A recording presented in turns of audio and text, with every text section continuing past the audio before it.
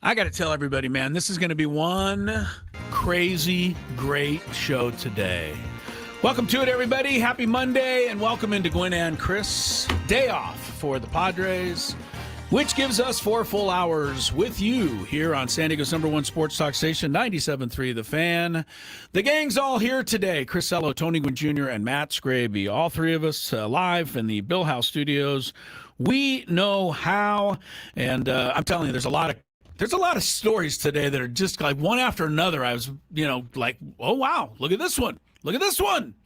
Look at this one. Yeah, this never happens on a Monday. Very rarely, right, Tony? But it was just crazy stuff, and we'll get into all of that later, and I'll give you a little preview. But obviously we start with something, I guess, a little crazy that happened this weekend, because I doubt very many of you, even though I'm sure you hoped it would happen, probably wouldn't have bet the mortgage on it. But the Padres go in there and extend the woes of the Miami Marlins. 3-game sweep.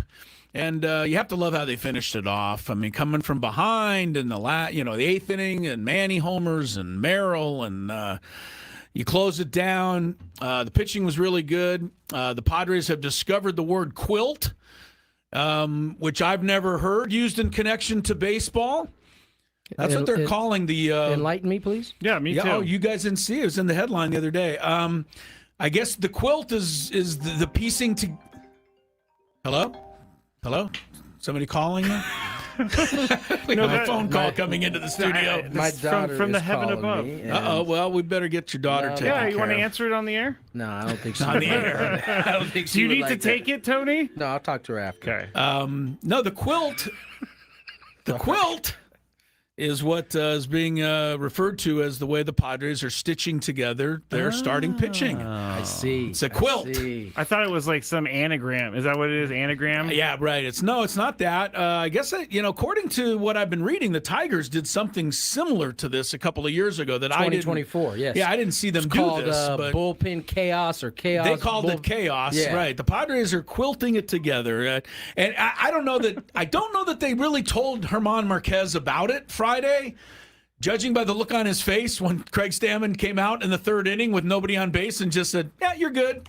That was interesting. It was a little interesting, right? Marquez kind of went off like, but by the next day, when we saw it, again, we're like, okay, there's a method to this madness, and so far so good. So we'll see if they can keep it up. But Tony, I think the key thing here is what they won all 3 games.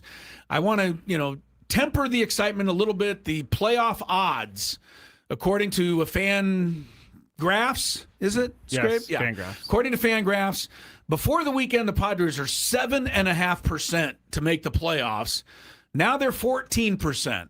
Doubled So they doubled, but they're still not a heavy favorite to do it. But I say that what potentially is false hope is a whole lot better than no hope.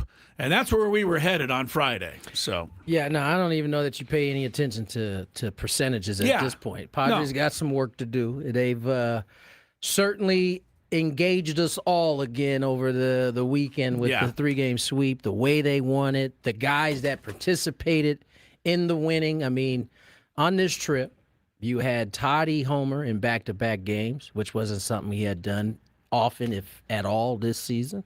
You had the first time all 3 of them homered in the same game. yeah, Toddy, Merrill, and Manny. That hadn't happened all year. Correct. And then you had what I don't think they've had all season either, which is a signature kind of win with some of the big dogs participating in that as well, right? I think the homer from Manny to tie it, then the go-ahead homer from Jackson, and meanwhile, Ty France has just been steady Eddie all season long, and so he's still the team MVP, if I'm not mistaken. I mean, Manny's closing the gap, but Ty France, man, incredible. Now, with that all being said, as Chris just kind of this week feels. Yes, right. Everybody's excited now because here come the Rockies and the Giants, and everyone's like, "Oh, that's 5 wins." No, it's not. And I'm like, "Don't think that way." Cole Carrick right now is balling.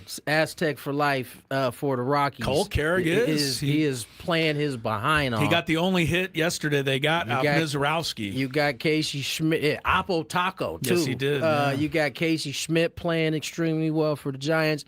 They're in a little bit of flux, so. I don't think none of these are just, you can book them as wins. You need to go out and win these 6, right? You got the 2 against the Rockies. You got 4 against the Giants. And then you hop on a plane and you go to Arizona where you get the head-to-head matchup, another 4-game sets. You got back-to-back 4-game sets. Boy, this week is big because when the next week rolls around, the deadline will be upon us. You brought something up interesting because we were talking about this. Yes, you're right, Tony. With the deadline coming up next week, and Jay Cronenworth said it straight up. He said what everybody else was thinking after the game yesterday. He said, "Look, we won this series, and I'm glad we did because this sends the message to AJ that we got fight in us. We got to fight, and we want to we want to improve this team and go after it." So I think, they knew what was at stake this weekend. I wasn't totally shocked. I told Skraby this on Thursday or Friday when they lost another disheartening game in there somewhere, I think in Atlanta. I said, you still look at the team. They might have a broken leg here and there. The elbow might be tweaked. I said, but they still are showing heart. They still fight. They got 6 runs in the 9th inning of the one game, right? They came back in the other game and almost won. So the heart is there. Everything else has been broke, but they keep fighting, and I think that was pretty clear this weekend. Where the Padres have felt unlucky, in a lot of ways the last couple of years. Where they have had a horseshoe up, you know what I'm saying? Lucky Padres, yes. What is it? When they are behind, teams lose that they need to lose when they're trying to chase. Or when they're trying to keep a lead, right? Padres went 5-5 on that trip and gained 2 games in the wild card. How about that? They're 2 games out now. So they've been very fortunate that in the days that they lost on that road trip. You're saying they could have been buried there. They could have been in a much worse spot. Even as they got to Miami on Friday. They were still after 2-4 to start. 2-5. 2-5. Yeah, right. Yeah. They were still only 4 out. They left 3 out. Yeah. So they lost a game and going 2-5. And then picked up 2 this weekend. Yeah, they're 2 games back. That's it. Now there are a bunch of teams ahead of them, but they're certainly at 500 and certainly still relevant. And I got to be honest, relevance was starting to. Leave the room there at the end of last week, but no more. Got a homestand coming up that's really important. You have to take your hat off. Look, can we just give Steven Souza one compliment this year? Right? And I've been right there too. We've all criticized this guy, the worst hitting coach, the worst hire ever.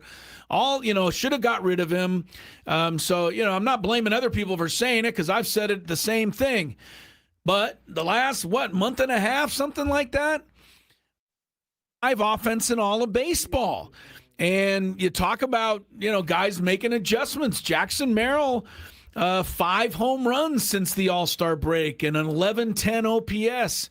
Manny, 950 OPS. Fernando, 971. All of a sudden, these numbers are like big. And AJ Preller does have the magic touch. Who the hell else would sign Luis Rengifo to come in and go 1230 on the OPS since the All-Star break? Some big hits, too. Yeah. I mean, and Ty France I didn't even mention Ty. So, Look, the offense is really starting to crank up.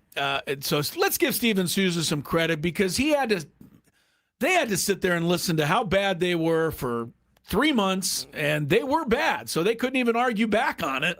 Listen, but let's give a little credit when it's due. The whole time, he's been back there grinding and trying to figure it out, trying to make adjustments. And so all of a sudden, and listen, I think he said this at the very, very beginning of the year. Hitting coaches in general are only as good as their players are performing. And so now they're starting to perform, and there's some compliments coming Stevens' way. Either way, I don't know how many are coming. I thought I'd throw him one, though, because he hasn't seen too many. Either way, there's no doubt. The offense has looked better. It's good. Really since going into the break. Yeah. And it has continued at a winning level since at least these last 3 days. It's a good offense right now. For sure. There's absolutely no question. I mean, and you can't have – I know you can – if you want to be a complainer, which I, am born to be, you could say, well, when are we going to get Xander going? Yeah, that's right. Okay. Listen, man. But look, my point is it's pretty hard to have all 9 guys at one time. But look, the offense is a lot better. What they're doing with the pitching, I don't know if it can still work or how long it can work. But I know 2 things. One, and we've said this about Craig Stammen all year, Tony. I know I have.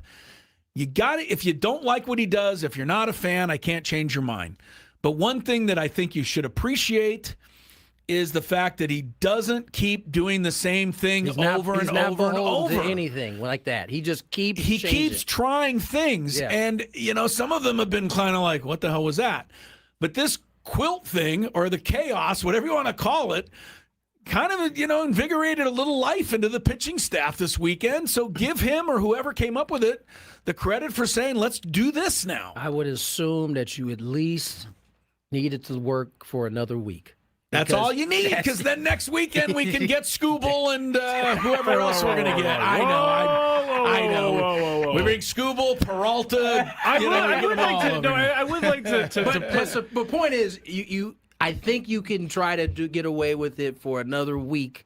Hopefully, and then you get reinforcements. And then you can maybe get some Can reinforcements. we pump the brakes a little bit, though? I know a sweep is nice. I'm not pumping. They still got to win this week. We literally just said this week is. And did I not begin by saying the odds are now 14%? We're not making plans. Better than 7.5%. And that's what I said. Which one do you want to do? You want to pump the brakes or you want to pump it up? I want to pump the brakes. You just went. I'm pretty sure we did a little of both there. I'm just a little nervous to trust in this team after what I've seen this year. Listen, nobody said you need to trust anything. Okay. And we also said to everyone out there, I think it goes trust and verifies is what you got to do. We told everybody out there, if you're counting 5 wins over the Rockies and Giants, stop it. That's just the way you have to do this. Or 6 wins. Are the Giants a 4-game series? No, it's a 3. No, the Rockies are 2. It's a 4. No, the Giants are 4. Yeah, Giants so 6 4 games. Oh yeah. Yeah, Rockies are Tuesday, Wednesday, Giants Thursday through Sunday. What day is it? It's Monday. Don't do that. All right, so we're underway. As I mentioned right at the beginning, though, some crazy stuff today. I'm going to give you the craziest headline. This might be a little much for all of these stories, but is journalism as we know it over? This Kyle Shanahan story, you probably heard about it over the weekend. How it's been handled has a lot of people questioning it. Has Skraby quite tight. Yes, I know. He's taking it personally. Everybody's saying that he was at fault for it. It's like Kyle is his pops. The poor guy. It's like he's related. The poor guy has 40 stitches in his face, a broken nose, blackened eyes, multiple fractured ribs, and a broken hand. And everybody's like, well, he shouldn't have been driving. Is everybody saying that? Really? Is everyone saying it? Yeah, I've seen a lot of people that are like, well, couldn't have happened to a nicer person. Well, that's people who just don't like him. But we're not going to even be talking about the accident as much as we're talking about how the accident was covered. Yeah. Also, respectfully, that's how. Did Pat McAfee get inside information to make a boatload of money on the LeBron James signing? And if he did, is that cool? We were going to talk about that. We're going to talk about the journalism thing. Those are big deals later on, but we have some other cool stuff that's happened today. Weekend was full of stuff. LeBron is a Sixer. I can't wait for Tony. Tony, does that mean now you can kind of not be as much of a Lebron fan, or I'm curious? Oh, yeah. No, he's not a Laker anymore. I respect good players. All right. Well, I'm not going to be cheering for him like I used to be, but oh, he's going to be he's flopping. He's flopping. That's right. I'm going to send Tony my Twitter feed of LeBron now. All right, we're underway. Your Twitter feed's interesting. Stick around. Drew Goodman's going to be here with the Rockies in town. He's always a great guest on the show. Abrams, I thought that was today. Never mind. No. C.J. Abrams hit a home run, and we're like, just another day. Every day this guy has to do that. We'll talk about that because they're, the baseball is exciting now, but, next year is kind of lurking. So all kinds of fun stuff to talk about. Thanks for being with us. Right now, we got Jake Cronenworth, and we're excited to have him on our Friday interview. Jake, thanks for joining us. Always a pleasure. How are you? Hey, guys. Appreciate you having me on. I'm doing great. Well, we love having Jake all the time. I'll get right to it, Jake. It's been a crazy year for you. Take us back to obviously Anaheim and the hit by pitch and how that thing developed, because you were able to play for a week or so after. And then everything kind of went, crazy there. We all felt for you, but we didn't really know a lot about what was going on. Yeah, I think, over the course of the next weeks, I think it was 2.5 weeks before I finally said something. I don't think, I've said it in past interviews and stuff. And I don't think going to Colorado and Mexico City right after that helped at all. I think a lot of the things I was feeling, I kind of just thought it was altitude and some of the headaches I was having and bad sleep and stuff. And, but obviously once we got home from that trip, I started noticing little things each day and, obviously said something after that. Now, did your symptoms as you went into, man, I didn't even think about that. You went to Colorado, we go to Mexico City. Did your symptoms start happening worse once you returned to altitude and we got home? Is that when each day it just there was something new that was popping? Yeah, it's kind of hard to say. I mean, I've gone back and thought about some of those days I've had, and one of the things I was looked back on was that first off day we had in Colorado a couple days after, and I remember walking to get a coffee and I couldn't even walk outside with my sunglasses on. And some of the stuff I was doing on that Friday in Colorado before the game, it just didn't feel right. And, again, knowing now, I wish I would have said something then. But yeah, I mean, once we got home from that road trip, obviously some things started popping up that were I was questioning why it was happening and what was going on, and talked to some people that I know that had gone through it, and they helped a lot with, kind of perspective on it and the decision I finally made to say something about it. Jake Cronenworth is with us, and Jake, I mean, you're such a beloved player, in this organization, both fans and media. So I think for a lot of us, man, when you went down, it was hard because we didn't hear a lot. You were kind of not really around with the team, and I started going, "Where's Jake? How's Jake?" We weren't getting a lot of reports. How difficult was that time for you? I know this is a silly question. It was very difficult. But take us through the month and a half where I know so desperately you wanted to play, but the symptoms wouldn't go away. Yeah, I think that was the hardest thing about it is, as Tony knows, like, we're in such a routine. We're around the guys every day, and, you're having fun in the clubhouse, in the dugout, and obviously playing every day with these guys. And, to have that taken away and to not even be really able to be around them, especially with some of the symptoms I was having, that's the hardest piece. And watching the games on TV, and, as frustrating as it was, a lot of the people and the doctors and some guys I know that have gone through it in the past, like, the one thing that they told me was like, just take care of yourself and come back when the time is right, when you feel right. Some of these guys that I talked to tried to come back too early, and it prolonged the process. So I think, as much as it did stink that I wasn't able to be here every day and be around the team, even, in the past, like last year when I had a broken rib, I'm able to be in the dugout and travel with the guys and be around them. I think it was the right decision in the end of it, now that, you look back on it. Jake Cronenworth joins us here talking a little bit about the injury he had earlier in the season. So, Jake, at what point did you start to see the light at the end of the tunnel? Because that was a long process before you got to the point where you could even think about baseball. At what point did you start to, get encouraged that, okay, this is moving in the direction where I'm going to be back on the field soon?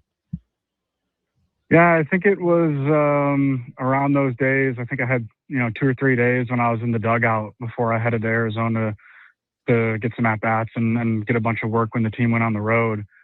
I mean, up until then, there wasn't really, a day where I kind of woke up and was like, oh, man, it's gone. I feel great. It was like this kind of roller coaster up and down, slow progress that I was feeling. And again, I'd have some days where, I'd see that progress and then I'd do some things and I'd be like, that is not right. That should not happen. And inevitably, I think the thing that took the longest was my eyes to get right. Jay Cronenworth is with us. All right, let's move past all that because we are, and you are past all that. And Chris Ello, Matthew Skraby. What's your middle name, Matt? We've done Ryan. this so Is it many Ryan? times. No, it's not Ryan. No. What is it? Ryan. It's Thomas. Thomas. I'll tell you mine. Matthew Thomas. I already know Skraby. yours. Yours is and I've made fun of it, and then I realized why you're named what your middle name is. Yes, I made you feel bad for making You feel really bad. It's Gregory, right? It is not. Wait, Gordon. Gordon, yes. There it is. But I do have a friend of mine who I played golf with this weekend. You know him, Skraby Mike, our guy, Mike Golovko. yeah. He calls me, and has since college, he calls me short for Gordon. He calls me Yeah. Gord. Yeah, I heard that, and I thought Anybody who sees him, like if we're around and he goes, hey, Gord, people would go, who is he even talking to? Yeah. Do you want to know what I thought when I heard it? I thought, okay, because I didn't put it together as your middle name. Right. I thought, all right, why is he calling him Gord? Is it because Chris likes hockey and they both like Gordie Howe or something? So Chris's nickname is Gord? No, that's not it. your middle name, which is much. Yeah, but he's the only Simpler. one that, and he's done that for as long as I know. So strange Kayla but true. says, Chris Gordello. Yeah, it is what it is. We all have a middle name, most of us. But do you like going by Gordon or Gord? I don't go by either of them, honestly. All right, Gord. Yeah. Let's Call go me Gord. Gord if you guys want to. I'll respond. Baseball coverage on 97.3 The Fan is presented by Xfinity. Score the most reliable Wi-Fi. One price, 5 years, guaranteed. Xfinity. Imagine that. Jackson, we talked about it. He's starting to swing the bat better. Just went back and looked at his high school. If it's that easy, you just got to go back and just look at some good film that made you feel good. He's probably tried everything else. I'm sure. I'm sure he was fit to be tied as he was, down there around 200. But not only is he hitting better, but that throw he made yesterday to cut down was it yesterday or Saturday? Saturday. All three games now are kind of together run since together, they won them for all. sure. But that was a big play. I know that because the Marlins may have got something that inning. Those are the kind of things that don't look a lot in the scorecard, but they mean a lot to you winning games. Yeah. He's what is he? Jackson's got I said 11-10 OPS, 5 homers. Ty France has 5 homers since the All-Star break. This boy's been swinging it. Since June 9th, Jackson's batting .275 with a 88 OPS. But really what he was saying, it was interesting because he has been saying for weeks now he just doesn't feel like himself, and he's got to get back to feeling like himself. And apparently, because Chris, we talked about it, what is that? And Chris was right. Being more free swinging, being more not so robotic. Well, yeah, you can't say that I'm right because I don't know enough about hitting. Well, you brought it up him. saying that I Jackson just said probably meant mentally he maybe needs to he wants be freer. But I think everybody says that when they're struggling, don't they, Tony? You want to clear your head and just hit the ball. You want to have but one if thought. everybody could do it, you would never be in a slump. But so he went back to the high school footage because he remembers in high school he just swung free and he could hit it all over the park, and he wanted that memory. So he went back to watch that. I think if we just are trying to simplify it, I think he has gotten through the mechanical part that he was struggling with early. And now, for me, every time I watch Jackson now, I only watch to see if the pitch was a ball or it was a strike that he swings at. Yeah, that's a good way to judge him. Because when it's a strike, good things happen at a very high clip. Yes, you're right. But when it's a ball, with the exception of the double he had, was it yesterday he had the double down the left field line? Again, it all runs together because they did it all weekend long. I think it was yesterday. He hit an 0-2 sinker that was about, 3 baseballs off the plate and flipped it in the left and turned it into 2. Outside of that, when he goes outside of the zone, it's almost always But it's hard out. for anybody to hit outside the zone unless you're I'm trying to think of some guys. Was it Vladimir Guerrero? Remember? One of the best bad ball hitters Remember of all we asked him, how do we get you out at the Hall of Fame? And he goes, throw it right down the middle. It's the only pitch I couldn't hit. Right. Yeah. No, and I think that's what it is. I mean, anywhere in that rectangle box, if it's even touching the line and Jackson attacks, he's good. It's just when it's outside that he makes outs. Manny Machado, I mean, the home run was, sensational. The timing of it, the way I was really a little surprised. Guys don't always make smart pitches, but you still have to do something because the pitch before was right center cut and he missed it. And I thought he's not going to throw him another one of those. But he did he not just see what happened? But he threw that bad boy at like the top of the zone. That's right, but still. And it's an area that if you're going to pick a spot to throw. The Manny's line is at the top, middle, and in. It's an L like that, according to the hitting chart I saw. that's just Manny. That's Manny a great right piece there. of hitting. But he got on top of that bad boy, and he didn't even hit that ball 20 feet off the ground. It was just it was beautiful. A low liner that got out to the deepest. By part the of way, I'm not here to criticize the other team. I hope they all fold over. But do the Marlins just not pay attention to what's happening? I mean, you give up a double, a homer, and a double, and the guy goes out to talk to the guy in the 8th inning, and then they leave him in. I mean, what are you doing? Whatever. Well, thank you. They had a. Did they not have anybody ready to come in at all? Day the first day, and then we came back on them that second day. They used a lot of arms. Yes. I mean, I don't know. I didn't. Yeah, ask I know the you're skipper. not paying, but I was just like, I was surprised that was a Bakar stayed in the eighth inning. They just obliterated him. The guy with the long hair. Yeah, Padres since the All-Star break, Tony, 19 home runs. Bacher. Oh, it's Buck. Okay, It's Bacher. Yeah. All right. I only know this because I had. You might want to change. I had to phonetically write it so I didn't butcher. You it. also have the master of pronunciation next to you in the booth. That part too. Yeah. Padres lead baseball in home runs since the All-Star break with 19. They are third in runs scored with 63. They are third in OPS at 867. And that is all terrific news, but I do want to temper, because Skraby wants me to. They did all of that and only went 5-5. Like, I kind of wish they did a little better than that, hitting like that. That's where. So that's something you got to do too. They're probably not going to stay this hot. So the pitching is going to have to be the key here, right? No, I mean they're going to have to stay. Oh, you're going to say they have to stay this hot? I'm just keeping it a buck. They're going to have to. They're going to have to score runs. Yeah. This week to win games because. You got, was it Michael going tomorrow? I think so, Michael. You got Michael, and then it starts over again. Starts over, and so starting to get your sewing kit out and get the quilt going. and listen, I think they are managing those games outside of the Walker and King start, the Walker and Michael start. That they're probably gonna manage it that way through the weekend. Well. I'll tell you what. Here's the best advantage of it.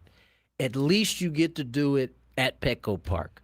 Could you imagine having to do that in Coors for 2 days with that kind of? May not work as well. I don't think it. But I like the comfort of being at home in order to try to pull. I wish they could get Estrada and Adam, but I know Adam's at the end of next month. Probably Estrada's not into August. They could use all of their guns in the bullpen right now. How much are? I mean, first of all, shout out to Yuki Matsui because he has had to kind of fill that role. Yeah. And really, all of those guys who are kind of coming in, whether it's Yuki, who else we got coming out of there? I cannot remember. Kyle Hart. Kyle's, he's had his moments. He had his moment. He had the rough night, but he came had a back good moment Friday. Back. Who else? I'm missing so many guys. There's another righty in there. I'm missing. Well, you got Bradley. You've got obviously Moynihan and Miller at the back, but it's been those they've five all been helping really out, kind of like they've patchworking it. They've all been finding a way. And speaking of Mason Miller, the one thing I will say about this weekend, winning all 3 games to me, which may be happiest of all, is that, most stories I read today said, the Mason Miller trade thing may not be as big. They may not be looking to trade him. I'm like, first of all, I hope they weren't really looking to trade him because I just don't want to trade him. I just think he's too much of a unicorn to part with under any circumstances. I think the only way it could have been even a real legitimate thought is if that road trip didn't finish the way it did. That's what I mean. You know what I'm so saying? the 3 wins kind of maybe. But it could still go that way if they go 0-6 in this next homestand. Bite your tongue. Don't even say that. I'm just trying to keep it a buck. Pump the brakes. Jameson Taillon was DFA'd by the Cubs. You guys interested in picking the tires on that? Apparently, he's not been great this season. I know he shoved against us. Game 3 of the playoff last year. He eliminated and us. game whatever one we played him in Chicago. Incredible. Yes, sir. It was the best game he pitched all year was this year. I'm not interested. He's given up about, 60, 70 home runs? It seems like. I know he's given up a lot of home runs. He's 5.92 ERA over 76 innings. Wrigley's not the greatest place to. He gave up 7 runs yesterday against the Pirates. If you bring Tayon in, and they almost won too. They almost came back and won. If you bring Tayon in, he would just be part of the quilt crew. I don't think you'd be trusting him for an 8-inning game. Is Lucas Giolito coming back ever? That's a good question. Asking. I have read that it's looking like Nick Pivetta and Joe Musgrove are going to be back by the end of August. I know we got a report the other day kind of giving us an update on their innings and how it went. And I think they were supposed to schedule to throw the following day. I didn't hear anything about that one. All I've read is good. Things are progressing nicely. That would be a very nice. Oh God, that would be very, very nice. Change things gift. dramatically. All right, let's get to break. On the other side, Drew Goodman, one of our favorites, Colorado Rockies voice, will join us next. More Gwynn and Chris. Ben and Woods on the Fan. We got our pal Jesse Rogers. It's always nice when you start with a home run. No doubt about and 496. Come on. I don't know why I swung at that. Come on, pitching coach. Get it up. That's what she said. Go. That was almost like his walk-off home run. Ooh, that one sounded good. Keep going. Oh, 511. Monster home run. I don't know if that's actually happened. Oh, go. Go, go, go. Go, go, go. Oh, wait. That one is gone. I didn't need it to go. Go. That one's gone. His third in a row. Where am I? Oh, the scoreboard disappeared. I think that's too high. Let me see. Scoreboard. That one's out of here. And into the I second think deck. I'm tied for second, and that one's going to hopefully keep me there and put me in first. Ooh, 5 even straight longer. home run. I think I maybe hit it. Oh, wait, no. That's me. Right out there. 6 consecutive home runs. I was watching another one. Oh, I think that was off the end of the bat. Terrible. Make it Wait, 7 I in made a it? row now. It's Coors Field, man. Go. Oh. Didn't have a shot.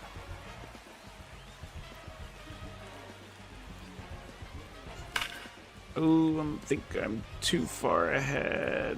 Nope. A home run. Another home run. Okay, what, 9? I was looking at the score thing. I think it might be a home run, though. Ooh, it was. He takes on the bleacher Oh, I'm in section. second. Ooh, that was a high pitch. Is that going to go?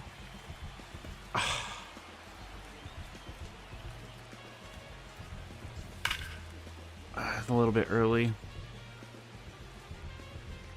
But it's gone. That one's out of here. Now 11 home runs for him. I'm hoping that one is. I don't know. Yes. And I'm having a hard time judging these things, apparently. Oh, that one just sounded amazing. So what, I have like a minute left with 13 home runs. I'm still in second. Oh, that one. I need to basically hit a home run everywhere. Oh, that one worked. That's into the Didn't think it was bullpen. going to clear the wall. That one also sounded great. That is now Oh, wow. 5 in a row. Yes, I think I got it. 16 with what, 36 seconds 6 left? consecutive home runs. Ooh. Is it going to get inside the pole? Yes. Make it 7 in a row now. I need to keep up. Oh, that's not going to help me at all. It's 15 seconds left, and I'm in second. I need 2 home runs. I don't know. No. This is only the first round, but still. Ooh, that one was stroked. Oh, 495. There we go. Take it.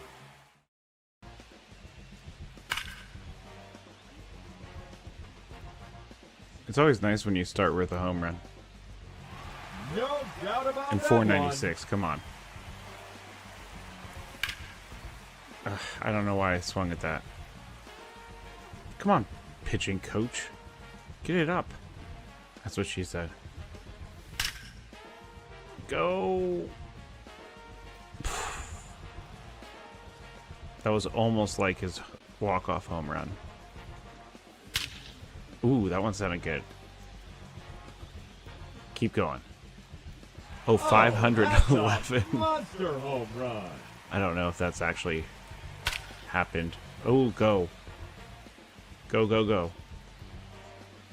Go, go, go. Oh, wait. That one is Wow. gone. I didn't need it to go. Go. That one's gone. His third in a row. Where am I? Oh, the scoreboard disappeared. I think that's too high.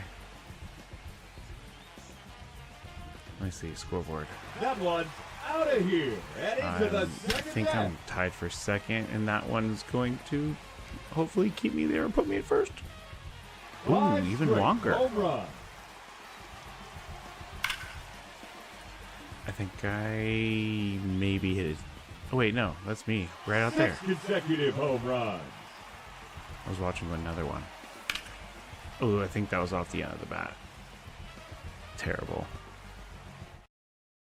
The gang's all here. Off day for the Padres. Back at it tomorrow. Colorado Rockies are coming in for 2. And Drew Goodman will join us in a minute to talk all things baseball, including, the Padres. A lot of fans have said we need a catcher. That's another one of the wants. A lot of people want the Rockies catcher. I don't know if he's even being shopped. What would that cost? Yeah, I don't know. We'll ask Drew Goodman. Drew Arm Goodman, and leg, I can tell you that. Isn't Drew Goodman going to make the call on Hunter Goodman? Oh, hey. Hey, all right. We'll ask Drew here shortly. And a little bit later on, a couple of stories that I think are really worth delving into. One, the coverage of the Kyle Shanahan car accident. A lot of people are saying that ESPN sat on the story at the request of the NFL.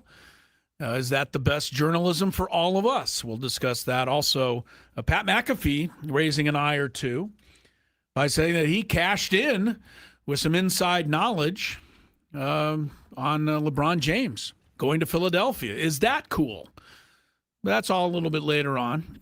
Were you surprised at Philadelphia, though, Tony, or did that? That was my prediction. Oh, it was? It was. Okay, well, you were on it. I thought that it was the best basketball setup for him. For sure. If I'm not mistaken, Bob Myers is there now, right? Yes, and the GM is a GM who worked with him in Cleveland way back right? when. Gansby, I think his this name was is. like, and listen, the funny thing was, according to him, he kind of was going back and forth between, at first it was retirement, and then he was going back and forth between the options. And I just think the Jaylen Brown thing is one of the things that pushed it over the top. Oh, So, if you are, if you are the, the Boston Celtics, you can thank them, right, right. for dealing Jaylen Brown over to Philadelphia and basically bringing LeBron along for the ride. For sure. All right, Drew Goodman, great play-by-play voice. Colorado Rockies joining us here on the SDCCU Fan Hotline. It's not big bank banking. It's better. And speaking of that, Drew Goodman, thank you so much for being with us, sir. But you told us earlier this season, there's no question the Rockies were going to be much better. To that end, a win tomorrow would equal last year's win total for the Rockies. I don't know that any team in baseball history has ever been able to say that in July. Well, I guess that probably speaks to how tough a season it was in 2025. Yeah, right. Right. But, You know what? From afar, people can look at the record and say it's still one of the worst records in baseball.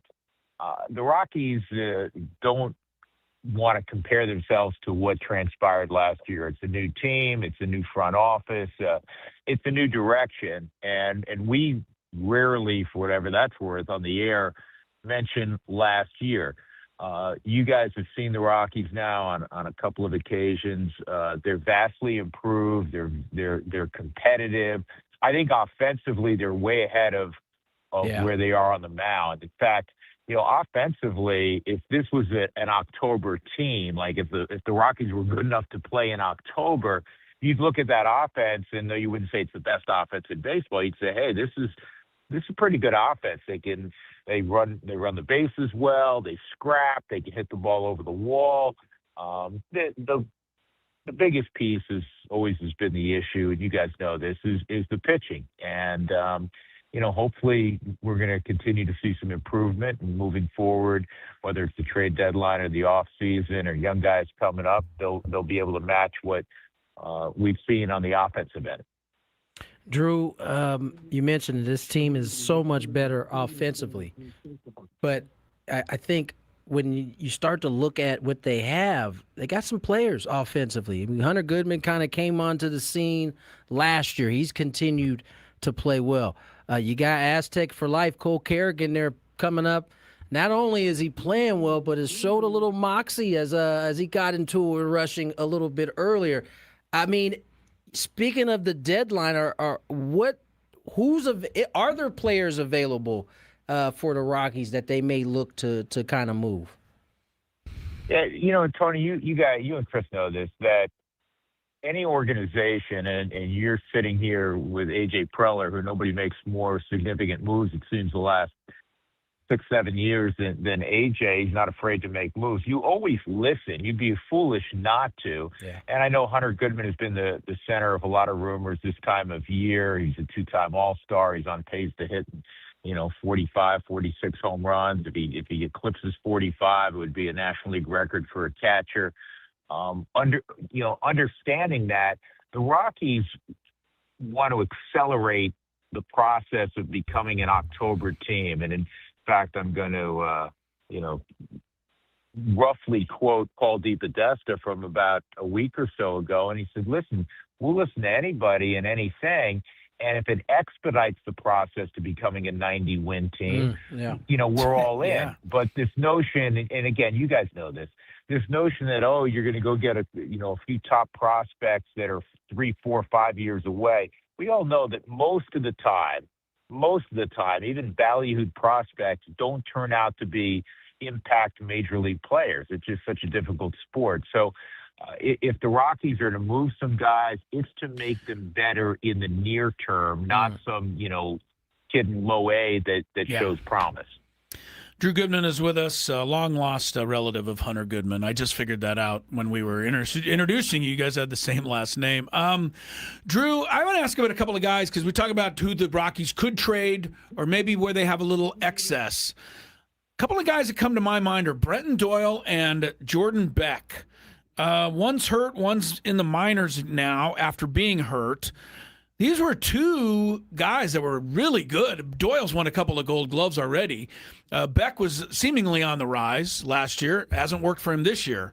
Is that somewhere they might be able to, grab somebody's attention? Yeah, perhaps. You never want to sell low, right? And unfortunately for Brent, he's barely played this year. Last year was a tough year for him for a variety of reasons. So, now he's a couple years removed away from a really good offensive year where he was a 2020 guy and won his second Gold Glove. So it depends. Is there somebody out there that's watched him in Albuquerque and says, no, this guy still can be impactful and he's still a young guy. Let's go get him. Jordan Beck, same situation. Unfortunately, Jordan hasn't played much this year. And when he did, other than against left-handed pitching, he really struggled. Yeah. So are you selling too low or does somebody give you enough where you feel like, especially with a plethora of outfielders, that you can make that move. It'll be interesting. I really do think it's going to be fascinating the next week or so from the Rockies' perspective. You mentioned Cole Carrick, man. I love that kid, and I think I love the adjective I think Tony used is that he plays with great moxie. He plays with his hair on fire. Let's be honest, and I think every team needs a little edge, and he brings that. I've analogized it a little bit to when Tulowitzki arrived many years ago. That he's cocky, but he can back it up. And he's like, let's F and go. And I love that about him. He's probably got to, chill out on how many helmets he's breaking after, every time he makes an out. Last time I checked, you're going to make more outs than you're going to reach. But I love the kid, and you guys know him well because he's an Aztec, and he's playing center field every day. Yeah, he could check with PCA on how to control his emotions. I was just getting ready to say that. I was like, PCA was that guy last year. Now he's on his way to an MVP, it seems like, or at least in contention for it. Drew Goodman joins us, voice of the Colorado Rockies. And, Drew, one of the issues that the Rockies typically run into is on the pitching side. I mean, we've seen some of the young developing position players come up. Kyle Karras, we mentioned Cole Carrick as well. Hunter Goodman's in that bucket of guys. On the pitching side, is there anyone coming? Is there a prospect or two that the Rockies are high on that eventually will get to this big leagues, perhaps even at the end of this year? Yeah, I mean, it's a great question, Tony, and it's the ongoing question. Every team needs pitching. We understand that. That's what wins ultimately throughout the year, but especially in October. The answer to that question is Chase Dollander, who I can't remember if you guys saw him early this year. Yep. Chase was a true, top of the rotation guy. That's a rare guy. I mean, he sits on 100 with his heater.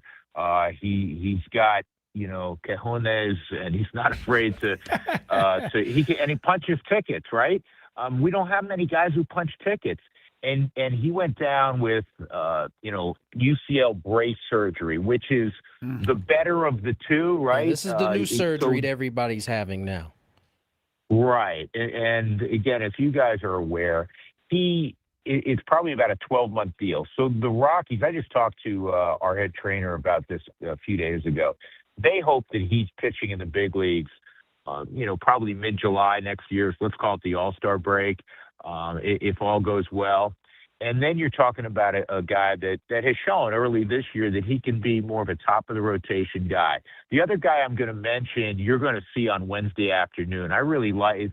It's very early on. He's made 3 big league starts. He's a former number 1. He had Tommy John surgery a couple of years ago.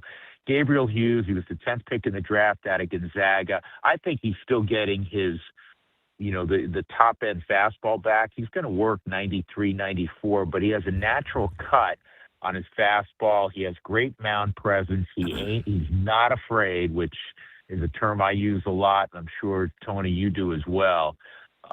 He looks the part. He acts the part. And so far, through 3 starts, he's been really good.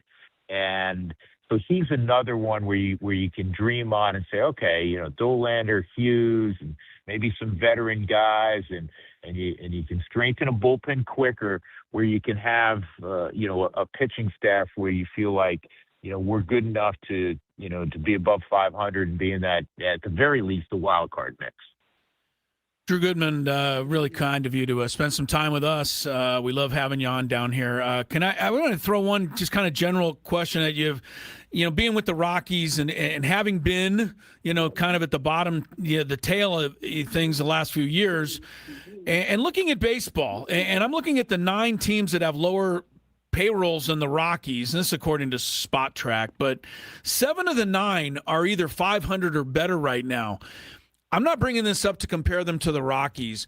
I'm bringing this up to ask you, do you think the system is broke in terms of there being an unfair playing advantage? Because we're going to be hearing about this in the offseason, obviously, with the conversation. I know none of us know what's going to happen, but I'm just curious from your perspective what you see there. And do you think, we can get baseball, or does baseball need to be more, quote, fair?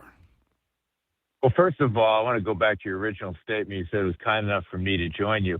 I'm sitting on the beach. It's kind enough for you to put the Del Coronado not too far away, and so I could sit on the beach and, You're welcome. pretend to work. Yeah. Yeah. So thank you for arranging that for me. Yeah.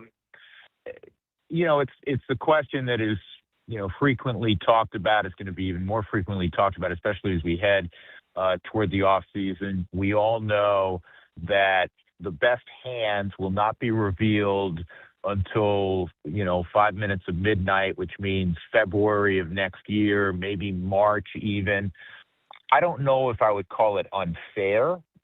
I would say that the Dodgers are always looked upon as the villain.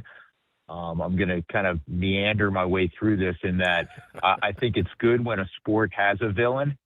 I think, when the Yankees being good is always good for baseball. It has more, look at you guys. You have a nice rivalry with the Dodgers. It means more when you take 2 or 3 from the Dodgers, right? Yeah, than it does, sure. quite frankly, when you take 2 or 3 from the Rockies. And so I have no issue with that. The Dodgers have done so many things well beyond being able to stroke checks, right? So I look more honestly, what is best for the game moving forward, and what is best for the rank and file? And Tony, I'm sure you've pontificated on this subject quite a bit in the past. You're going to do so quite a bit moving forward. And I say this with great respect, because you and I know each other well. Yeah. I have the absolute utmost respect for anybody that gets to the big leagues. My dad told me when I was a little boy, the worst big leaguer is one of the greatest players on earth. And so I have mad respect for everybody who gets here. And 95% of the people that get to the big leagues last, 3.1 years? Yep. They're not worried about making 30, 40, $50 million a year, or even arbitration, quite frankly.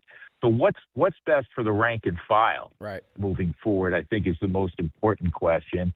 And I understand the Players Association. They're going to say, look, I mean, we have the Clevelands and the Milwaukees. We just left Milwaukee. Your former club. Milwaukee wins every year, right? Yeah. And there's and Tampa. I mean, Tampa's in with the big boys in the AL East, man. The Yankees and Toronto and Boston, teams that can really, really spend.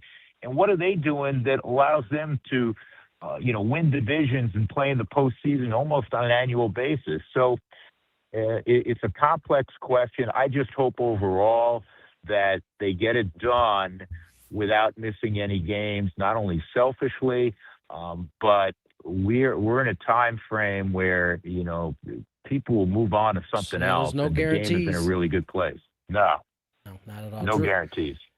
Drew, as always, man, appreciate you coming on, spending some time with us, man. Well, sorry to interrupt your sunning at the Hotel Del. We appreciate it. No, I got to get this pasty white body ready for tomorrow night. Big open where I'm on camera for 42 seconds. So Don't forget a little sunscreen. We will recommend that, sir. Thank you so much. No, I'm all about the 50 now at this stage of the game. Yeah, right. There you go. All right, Drew. Take Thank care, you Drew. so much. Thank you. Appreciate the time. Always great to have Drew Goodman on. Anybody on from the beach at the Hotel Del. It's not bad. If we just could put a few, we can't. But if we could put Drew Goodman and Tony Gwynn Jr. in the operating room, right, then we get it done in about 2 days. Nah, they'd run us up out of there. Well, they would, but I'm just saying if they just let you go. There's no way we're going to make everybody happy, Tony. So we just got to do our best to make most people happy. I just want people to know, because they may not be aware of this. As this whole thing kind of runs its course, remind you that just because we get to what would be the opening day of the season and there's no games does not mean you'll miss games. You know what I'm saying? Like, right, they could miss the start of the season, but make up the games. Make up the games. You get double headers. You get that kind of deal going. But it's a real thing. It's a real thing. I just,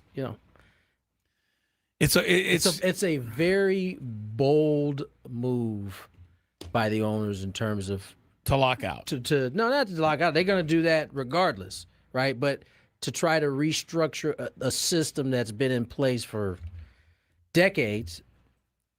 And so I would think that they are comfortable enough with getting up to that deadline or that day where it's supposed to be opening day and no game happens. Let's just please do what's best for baseball. Cooler heads prevail. There's enough money for all of you. There, I said it. Hey, we were talking about it at dinner the other night, and everybody said, man, the players are so greedy. And I'm like, okay, how much you paying for parking again? How much you paying for a beer? A beer? Why do you want to pay that much? Yeah, I'm just saying. Well, do we have to pay the salaries? That's what the park. No, the salaries are all fine. They're taken care of, man. The TV money, they got plenty of money. You're still paying $50 per. Yeah, the owners are greedy too. So both sides stop being greedy. Yeah. But it is interesting because most fans will say, hey, if the players just stop being greedy, we can get this done in 5 minutes.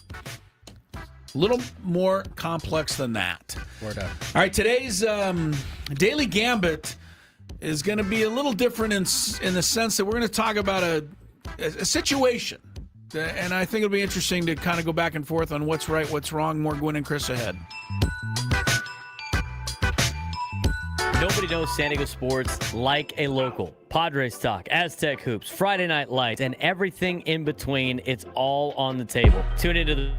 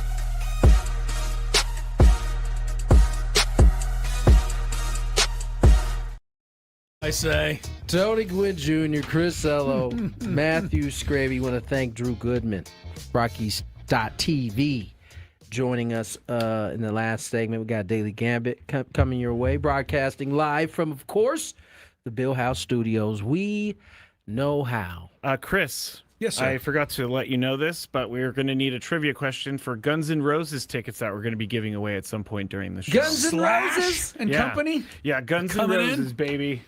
All right. We'll do GNR. that. Yeah, GNR. We'll do that. Have you ever seen them in concert? I have not. Okay. I've heard they're great. They should be good. Now that they're on time, because I know that was a huge thing before, was that Slash, or not Slash, who's the lead singer? Axel. Axel was always late. Everywhere he went, just always late. That There would was be a time- really annoying. There if was I a part of time, the and I band. don't know if it was you guys ever had to sit through this, but there was a time in my, concert heyday where if the artist showed up within an hour of the scheduled time, that was good. What are they doing? I don't know. They all thought What's that this? they make you wait longer and Yeah. longer and longer, the anticipation, and everyone would love them more. No. The telling musicians you who this take used to forever to get to happen. the stage. I wasn't paying attention to what you Well, I guys was saying talking about. Axel from Guns N' Roses used to make everyone mad because he would show up hours late to concerts. And Chris was just saying that's a thing that they used to do all the It time. used to be that way. They're still the same way. Is it still? That's I what I'm think- asking. I If it's think still it- the same, Yeah. I don't know. That's annoying. I don't know. I don't go to many. People have places to be. You know who doesn't complain about it? Who? The people that go? The people that actually go. Can you imagine if I went to a concert and they made me Scraby's wait over for here 45 complaining. minutes? Oh, goodness. Scraby's over here complaining. He would get on He the didn't even go to crowd the mic concert. and start whining. Let's go. Be like, hey, it's 45 minutes past the time. I got no patience. Zero. Are we actually doing Daily Gambler, or are we talking about the McAfee here? I thought we would do the conversation. Let's do the 'cause I think it's a more conversation. interesting. There's nothing major in the gambit. Padres aren't playing tonight, so we can pick it back up tomorrow. So set this up. Apparently, yeah, 'cause this you was. saw this actually before I did. I did. I saw it over the weekend. What's the gentleman's name? Jeff Pearlman. Pearlman is a Sports Illustrated writer, and I didn't even really know there is much Sports Illustrated, but I guess it's all online now. Yeah, I think that's part of the reason why he's got his own little thing going on the side there, because Yeah. there isn't much. By the way, SI was the first of the AI. Did you guys see that story? I'm sorry, I'm getting off track, but I'll get back to this. Oh, the baseball AI? They've messed up the whole story. Did you guys see this? There's a couple different AI stories in baseball right now. Which one are you talking about? Which one are you talking about? I'm talking about how teams were using AI to choose pitches. And, No. Okay. There was an actual story written about a game that ended up being completely wrong because AI took a couple keys Yeah. and thought it went one way and it didn't go that way. I saw about that. That yeah. was quite crazy. Okay, let's give that to this Jeff Pearlman story. Okay. So as he tells the story, he is watching the Pat McAfee show. Right. They have Shams on, right? And this is Friday, the day that LeBron picked the Sixers. Well, he said, Yes? yeah, and so and I have the clip if you want me to play play the clip. it. Yeah. Well, wait, hold on, before you play the Yeah, clip, not quite yet. Let me Yeah, set, let's it up a little bit. because Yeah.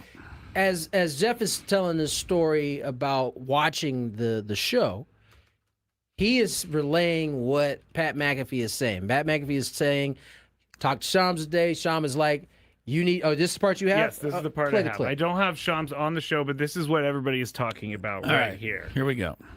Yes. Because we were told by Shams, you're going to want me on the show today. So it's like, okay, decisions being made. So I just hammered top 4. He was at plus 700. I do not know, okay, if any of it worked. But when you say needle mover, Well, there you go. That's the part. That's the part that everybody's on. Yes. If you missed it, he said, so a Shams decision called was going to me, be or- made. Yeah. He said, Shams said, did you want me on? Which in his mind, made that the decision's coming down.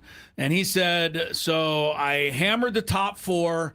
He was at plus 700. Can you explain what he meant by hammer? Well, the top I will do 4? my best because I don't know 100%, but maybe some people who gamble more than I do, but I'm assuming hammering the top 4 4 means bets? that I think he went to the top 4 teams. Yep, that's what he did. On the bet on LeBron them. on the LeBron wager list and hammered him in terms of some more money. Just goes, hey, it's coming down. I'm going to get more money. And then he said plus 700. That's probably what the Sixers were. And so when it hit Sixers, he hit plus 700. And apparently he scored pretty good on this. And so this is where Mr. Perlman comes in and says, was this all really kosher? Right.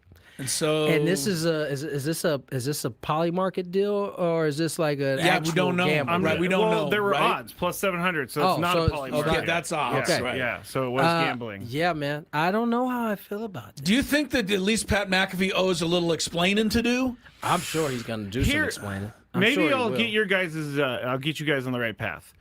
Normally, I would be hating this. I would think this is the worst thing ever. Pat McAfee is the next disaster for our country. He's not the disaster. It's the gambling that's a disaster. Well, he's part of it. Okay. But he also lost money, too.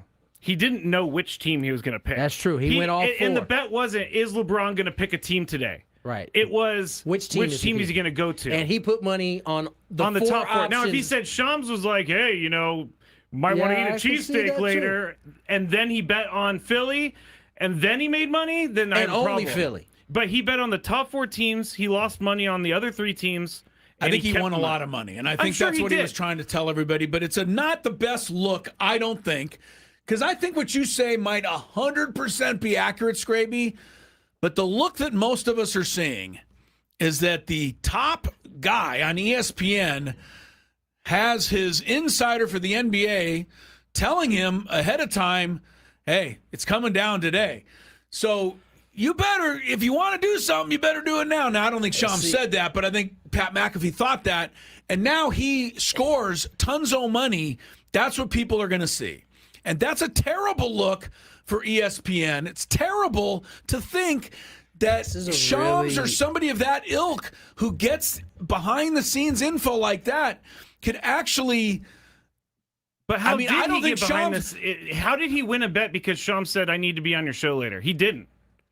You're looking at this very literally from what was exchanged. Skraby, you cooking right now, dog. You're cooking okay. He's cooking, but it's not. But what he's saying is not what everybody's going to hear. No, I get what it. everybody's going to hear. Optics do matter. That's the optics of it. The optics are that Shams Charania is getting information. He's giving it to Pat McAfee. No one else has the information.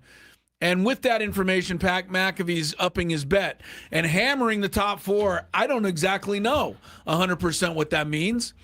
But I'm assuming that with the information, he felt it was time to get with the gambling. I think we have to take what the information that's being presented. Too. Yeah, because there could be Shams also texted him and said he's choosing Philly. So bet more on Philly. And we don't know exactly. But maybe Pat McAfee we don't even won. know how much he won. Like he could have just said I hammered it. And that could have been like $500 on each of the thing, or a G for each of the spots where he's going to lose $3,000. So the bigger question is. Yeah. So the bigger question probably is all of this, guys. Where again, it goes back to the stupid gambling world. Yeah. And why Pete Rose is not in baseball anymore. Because Pete Rose didn't even have to bet for or against the Reds. And by all extent, he probably did both. But he never admitted to more. So let's just say Pete Rose only bet on the Reds. It still didn't look good because Pete Rose knew the day that his ace starter wasn't going to pitch. So he didn't bet the Reds that day. Right. He had too much information. That's why he shouldn't have been doing it. And I'll take it on. How is it different? I guess the difference it's not different, right? The difference is Major League Baseball has an actual cutout rule. Right. You cannot do this. And that's so maybe why, the onus should be on ESPN. But I think it is. And what if, all right, let's take a sports writer or take who covers ESPN, McManaman, right, Dave? Yes. Okay. Yes. So McManaman is at Laker practice doing his work. So they used to practice at Loyola. So let's just say they still practice. He's over there. It's 11 in the morning. They're playing at 7 that night. They're playing the Suns. They're going to be a 6-point favorite. McManaman's not thinking of any of that. He's watching practice. And lo and behold, going up for a rebound and coming down, Luka Doncic is not walking. Now, and we're going to get into, I think this part we could maybe even get into our Shanahan discussion later, but does McManaman, his first thing is he should be reporting this. This is a big deal. But the Lakers could say, and are things like this happening, where the Lakers go, we don't want this out. And McManaman says, well, I need to do my job. And the Lakers say, well, if you report it, then we're going to cut you off. We're not going to give you the access. Either way, McManaman now has knowledge that no one else has. He could get a bet against the Lakers before they can change the line so quickly. But there's definitely rules against that. There's rules against everything, but that doesn't mean it doesn't happen. So then it goes back to ESPN. I don't know, and I think Skraby brings up a really good point. If LeBron had decided to side with the Charlotte Hornets, and we hadn't heard the Hornets at all, and Pat McAfee got out there and bet on the Hornets, only the Hornets, that would look crazy. Oh, now he'd almost have to be fired on the spot if that happened. I think, although it is very, I can't think of any other situation like this, because I'm sure Shams has told other Shams knows stuff before the players know it. You might want to have me on today. Like I can't buy that this is the first time that he's ever done that. I see what Chris is saying, but it is, and I think this is why ultimately he's going to be in the clear, is because the fact that we are kind of toggling back and forth on whether this is real or not, or good or not. Is why I think it ultimately, because there is no definitive, like, we don't know, this is unethical or whatever it is. It doesn't seem unethical. It's bordering on the unethical. It's right on the line. Because he also only said that he bet on the 4 teams. We have no idea if he bet on anything else. We have no idea. So we have to take this at face value.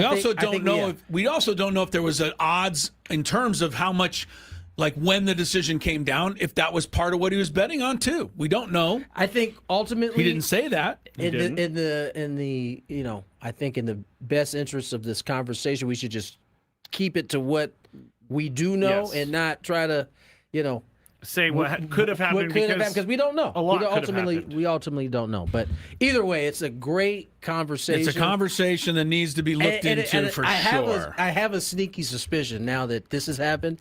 It won't be the last time we're having this conversation. Because if people feel like, or let's say, the unique thing about Pat McAfee's show is it's his show.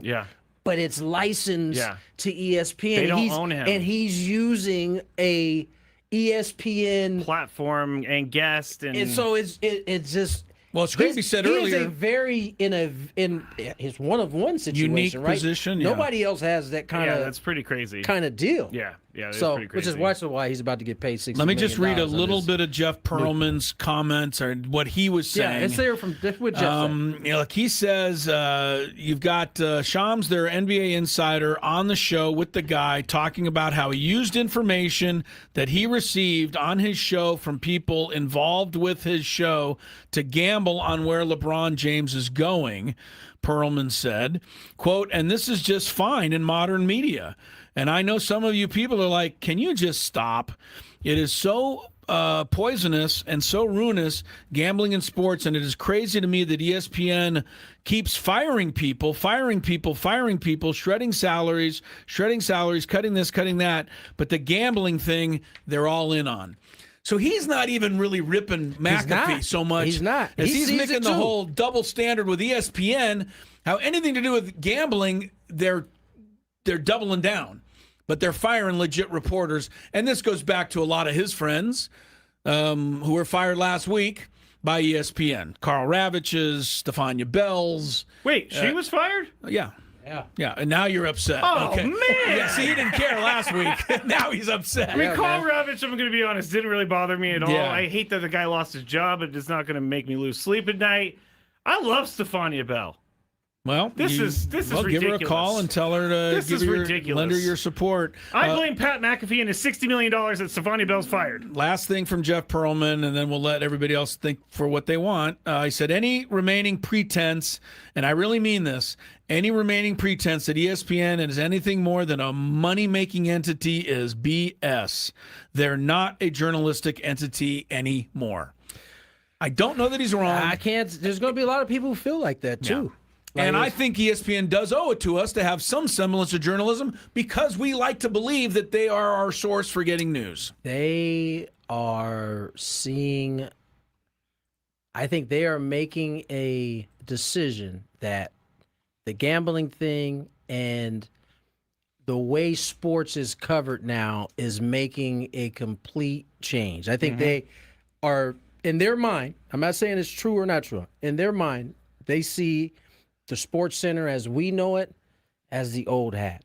Oh, yeah. More personalities, more opinion, more debate. That's kind of where they're going, right? I mean, the thing do they even show highlights of games anymore on Sports Center? Not too often. You know, I tell you what, we were talking about a show, but after every Sunday and Pat McAfee shows come on, you get all the highlights and their commentary. You know what I'm saying? So it's a different look now. Yeah. And gambling is at the center, and I don't know how you call it. I guess is it a podcast? I don't think it's somewhat of a podcast. Yeah, because it's not like that is on the where radio. ESPN thinks sports is headed. Yeah, they like. We gotta get the break though. I know. Well, there's going to be more of this because honestly, Tony, the Shanahan and the handling of that story is a cousin to this. Yeah. It really is. I'll tell you how. You know what? Stop making it about your 49er coach. We're talking about something completely different. I guarantee you that if this was any other coach, he wouldn't be this angry. I'm not angry at anything. We're just having a discussion about the way it was handled. To me, this also ties into the Diana Rossini thing in some little small way of I mean, if you really want me to be critical of the 49ers, I'll ask you to explain to me why they have a former cokehead now running their team. Yikes. Let's get to break. More Gwynn and Chris on the other side.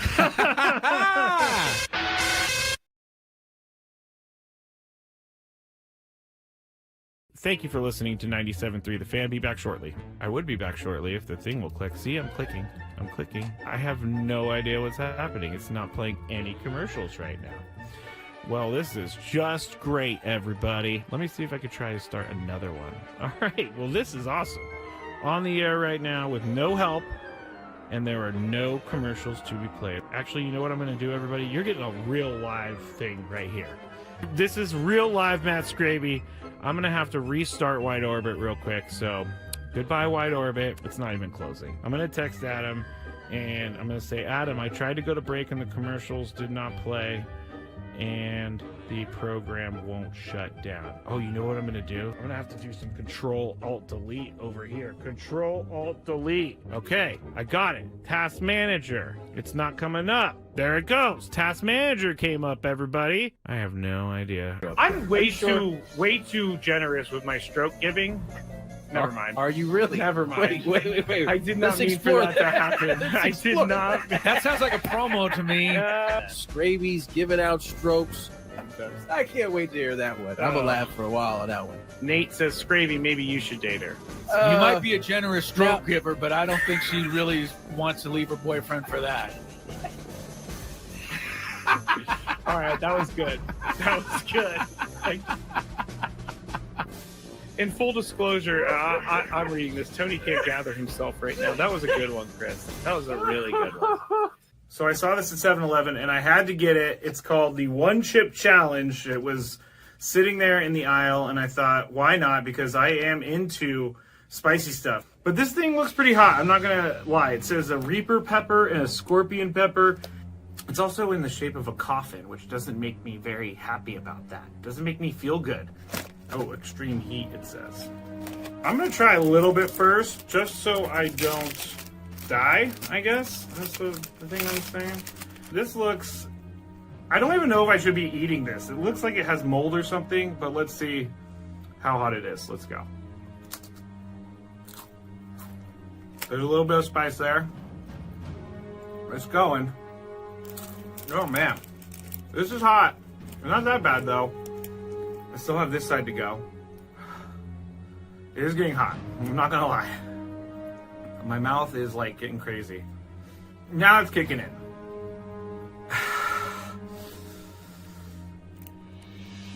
I'm not sure if I'm gonna finish this. Honestly, it's getting serious. I gotta go with the milk. My mouth is dying right now.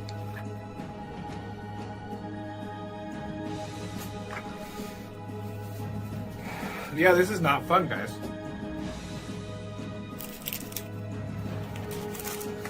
Never gonna do that again because my mouth is on fire. Thank you for listening to 97.3 The Fan. Be back shortly. I would be back shortly if the thing will click. See, I'm clicking. I'm clicking. I have no idea what's happening. It's not playing any commercials right now. Well, this is just great, everybody. Let me see if I could try to start another one. All right. Well, this is awesome. On the air right now with no help, and there are no commercials to be played. Actually, you know what I'm going to do, everybody? You're getting a real live thing right here. This is real live Matt Skraby. I'm going to have to restart Wide Orbit real quick, so goodbye, Wide Orbit. It's not even closing. I'm going to text Adam, and I'm going to say, Adam, I tried to go to break and the commercials did not play, and the program won't shut down. Oh, you know what I'm going to do? I'm going to have to do some Control-Alt-Delete over here. Control-Alt-Delete. Okay, I got it. Task Manager. It's not coming up. There it goes. Task Manager came up, everybody. I have no idea. I'm way too generous with my stroke giving. Never mind. Are you really? Never mind. Wait. I did not mean for that to happen. I did not. That sounds like a promo to me. Skraby's giving out strokes. I can't wait to hear that one. I'm gonna laugh for a while on that one. Nate says, Skraby, maybe you should date her. You might be a generous stroke giver, but I don't think she really wants to leave her boyfriend for that. All right, that was good. That was good. In full disclosure, I'm reading this. Tony can't gather himself right now. That was a good one, Chris. That was a really good one. So I saw this at 7-Eleven, and I had to get it. It's called the One Chip Challenge. It was sitting there in the aisle, and I thought, why not? Because I am into spicy stuff. But this thing looks pretty hot. I'm not going to lie. It says a Reaper pepper and a Scorpion pepper. It's also in the shape of a coffin, which doesn't make me very happy about that. It doesn't make me feel good. Oh, extreme heat, it says. I'm going to try a little bit first, just so I don't die, I guess. That's the thing I'm saying. This looks... I don't even know if I should be eating this. It looks like it has mold or something, but let's see how hot it is. Let's go. There's a little bit of spice there. It's going. Oh, man. This is hot. Not that bad, though. I still have this side to go. It is getting hot. I'm not gonna lie. My mouth is like getting crazy. Now it's kicking in.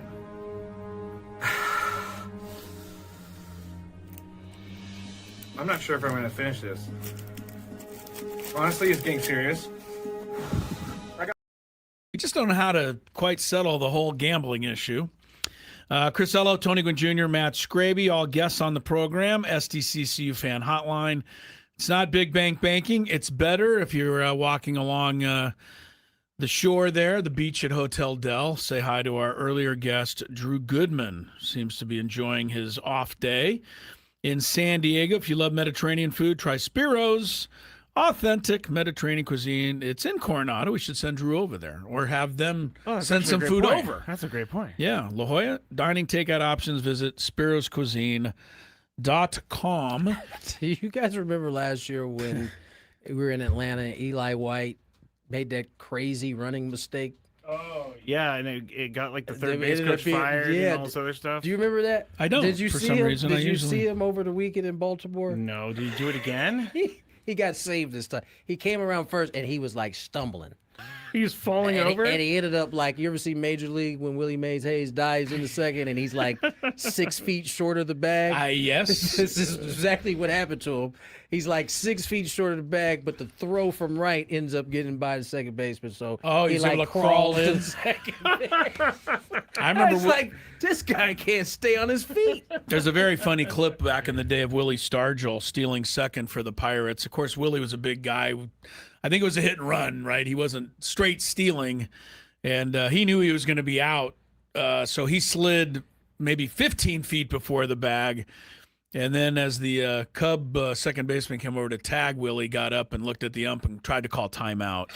It's a very funny clip if you ever want to see it. I just watched the Eli White thing. Eli's funny. He goes around first base, and then he trips, and he starts doing that thing where he's trying to get his balance back, but he's not. He just falls.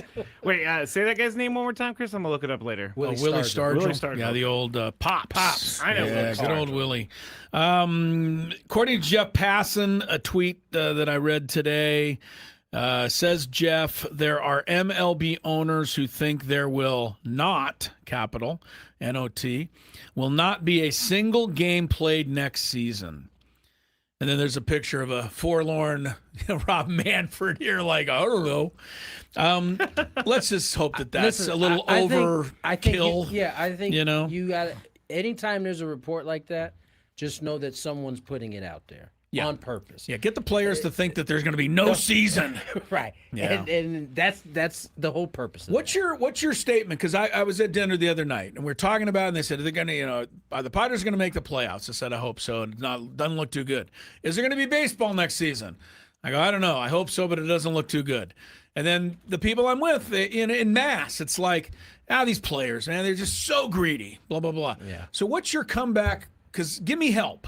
Because I'm trying to make it a little more even in their minds and understand that this isn't a one, you know what I mean? It's not a one-way street here. No, I think it's. I think both sides have to be willing to give a little. I mean, listen, as a former player, as a son of a player, a nephew of. You were in a player. household that was holding out for, was it 6 months, 7 months? Yeah, well, it got to what 94, 95, even longer than that. Yeah, because it ended August 9th, I believe it was, and then rolled all the way until April. How was Mom Gwynn doing during that time? Telling you, Tony, you want to get this thing settled, please? Nah, my mom was. She was cool. She was all on board. Yay, she knew what it was. I just think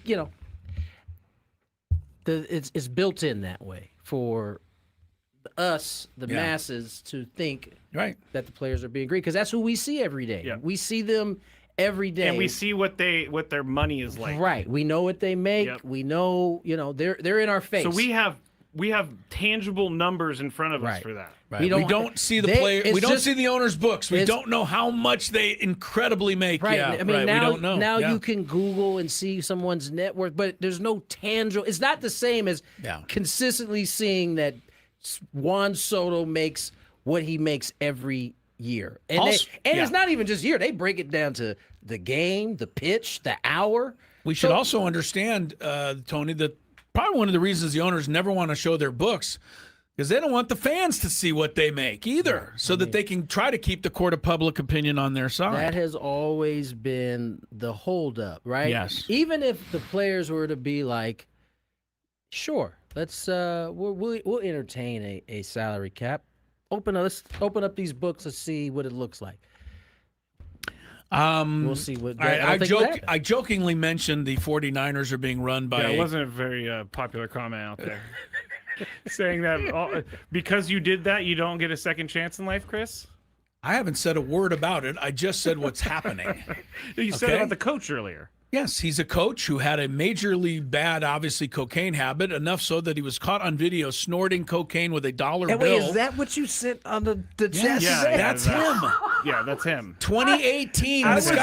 I was busy doing something, so you didn't I pick only it all saw up? the picture. I was like, okay, no, this was like he was sniffing the cocaine. Guy, look, the guy's name is Chris Forrester. He was a coach with the Dolphins, of course, the Dolphins. 2018. He's in the facility, and somebody's videoing him snorting cocaine with a dollar bill. In the facility? Yes. Oh, you got to be a bold fold. Either that or there's no rules in the facility. I mean, it is the Dolphins, so maybe it explains something. Never mind. Anyway, it is Miami. So. Yes, right. So the Dolphins, or he resigned, I think, it's just like, hey, I'm out. Obviously, I have a problem. I got to get help. Anyway, that is the guy who took the reins today for the recovering Kyle Shanahan. His name is Chris Forrester. So I just thought that was interesting. And Skraby, before you want to, rip me for everything that you normally do, I really, truly hope that this guy can be an example to anyone out there. Okay. That no matter how low it goes, because that's pretty low, I know you're joking about the whole thing. Yeah. I just like to bring it up when someone else brings it up because it empowers me a little bit. It's good.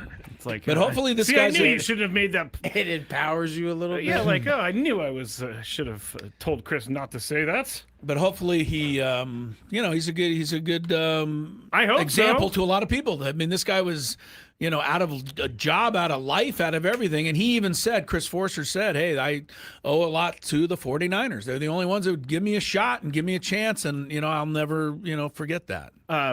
We could talk about it a little bit more later, but a lot of addicts or ex-addicts go to Kyle Shanahan because Kyle Shanahan has had coaches go through there that are going through programs and getting back to their feet. Like Mike McDaniel is an alcoholic, and Kyle Shanahan helped him get through that. Before we get into that, though, we have to play the Braves announcers from Freddie Fermin. Remember that? Have you seen we can. This whole let's thing? do that. Let's do that together with what we heard. Well, I don't know if we heard the Miami announcers. I just know what they were whining about this weekend. That, and then we have the Braves announcers, and then But I we want have Tony Kyle to hear Shanahan. the Braves announcers. Yeah. Did you hear the Braves announcers? I have not heard. Oh, that. We want to get your professionalism, whether or not you think it's is professional. Who are we talking about? We don't know the names, but I believe it's Francoeur and the and their play-by-play guy. Yeah. But wait till you hear what they were saying the other day, Tony. We'll see what you think. I believe that's the voice of Madden, isn't it? It is. Yeah. Yes. Brandon something. I can't remember his last name. Okay. Yeah. Be happy to listen. The reason someone on the chat asked, and I was like, you know what? We need to. We'll have to do that. We'll talk about what the Miami announcers, because they were critical of Fernando this weekend. Is that their place to be critical? That's a conversation that, I'm taking a bath on. So I don't mind taking more of a bath on that. But we'll do that in the 4 o'clock hour. I think next we're going to pick up, speaking of Shanahan, yeah. And the way this story has been reported has a lot of people wondering about, again, ESPN. So we'll talk about it next. What are we doing, guys? I'm going to see the museum for the first time ever. It's going to be sweet. See my dad's plaque. See where Trevor's plaque is going to be. It's going to be pretty dope. Chris, I'm going to go to the Hall of Fame for the second time because I went earlier today, but I'm going in to see Tony go into the Hall of Fame. So all the way straight and back left. Straight back left. Straight on that back wall. This one? Yeah. How you feeling, Tony? I don't know how I'm feeling right now, honestly. Excited? I'm definitely excited. Hello, Eric. How you doing? Pretty good.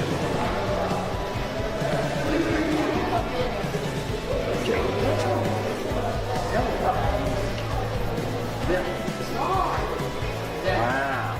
Just like I told you, next to the famous Barney Dreyfuss and Leslie Wilkinson, whoever they are. That does look like them. I know. It's a good shot. They don't do them all that great. That one's good. Really good.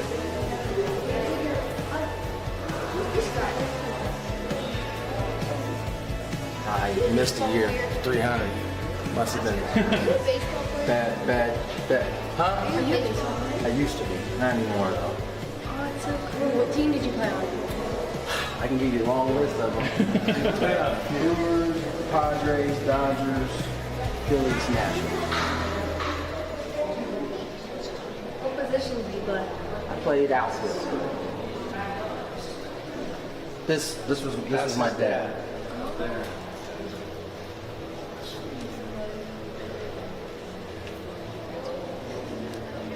Oh, there's Dick Williams, Goose.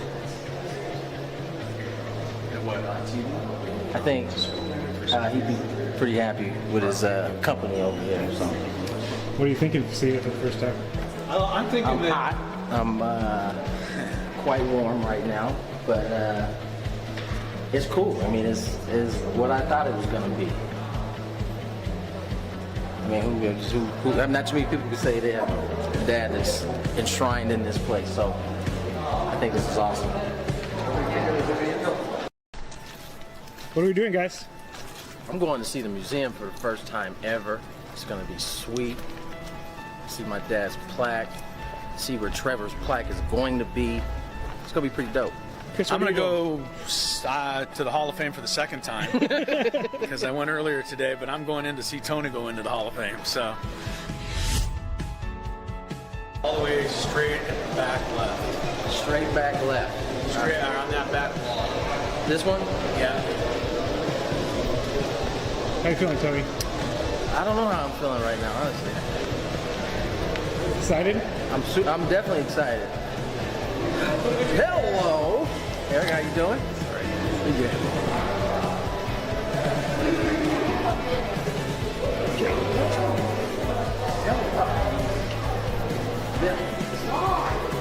Wow. Just like I told you, next to the famous Barney Dreyfuss and Leslie Wilkinson, whoever they are.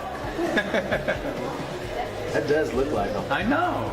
It's a good shot. They don't do them all that great. That one's good. Really good.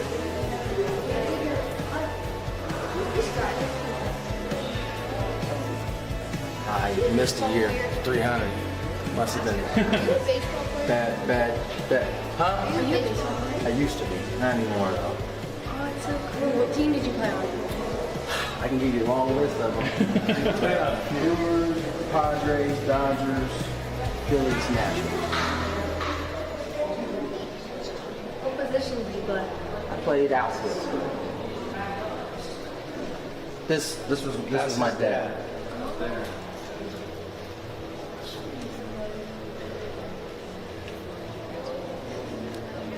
Oh, there's Dick Williams, Goose.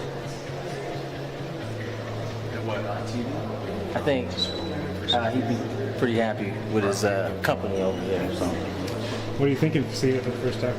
I'm thinking I'm hot. I'm quite warm right now, but it's cool. I mean, it's what I thought it was going to be. I mean, not too many people can say they have a dad that's enshrined in this place. So I think this is awesome. What are we doing, guys? I'm going to see the museum for the first time ever. It's going to be sweet. See my dad's plaque. See where Trevor's plaque is going to be. It's going to be pretty dope. Chris, I'm going to go to the Hall of Fame for the second time because I went earlier today, but I'm going in to see Tony go into the Hall of Fame. So all the way straight and back left. Straight back left. Straight on that back wall. This one? Yeah. How you feeling, Tony? I don't know how I'm feeling right now, honestly. Excited? I'm definitely excited. Hello, Eric. How you doing? Pretty good.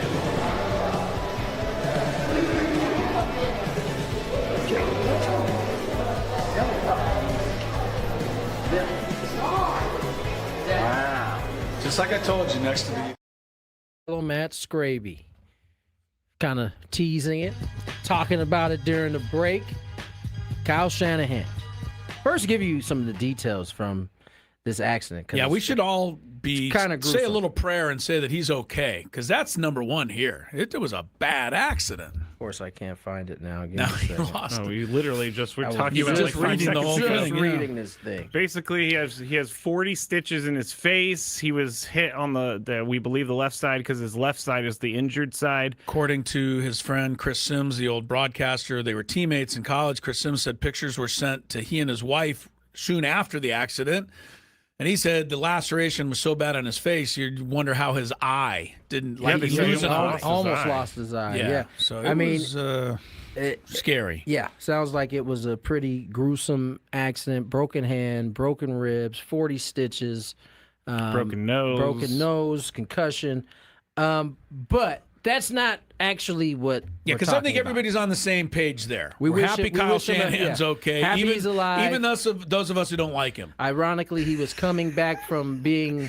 Don't ignore me over there. He's trying to. His face was twitching as you said that. He was actually coming back from the chiropractor. That's very ironic. That when he got to his accident. All relaxed.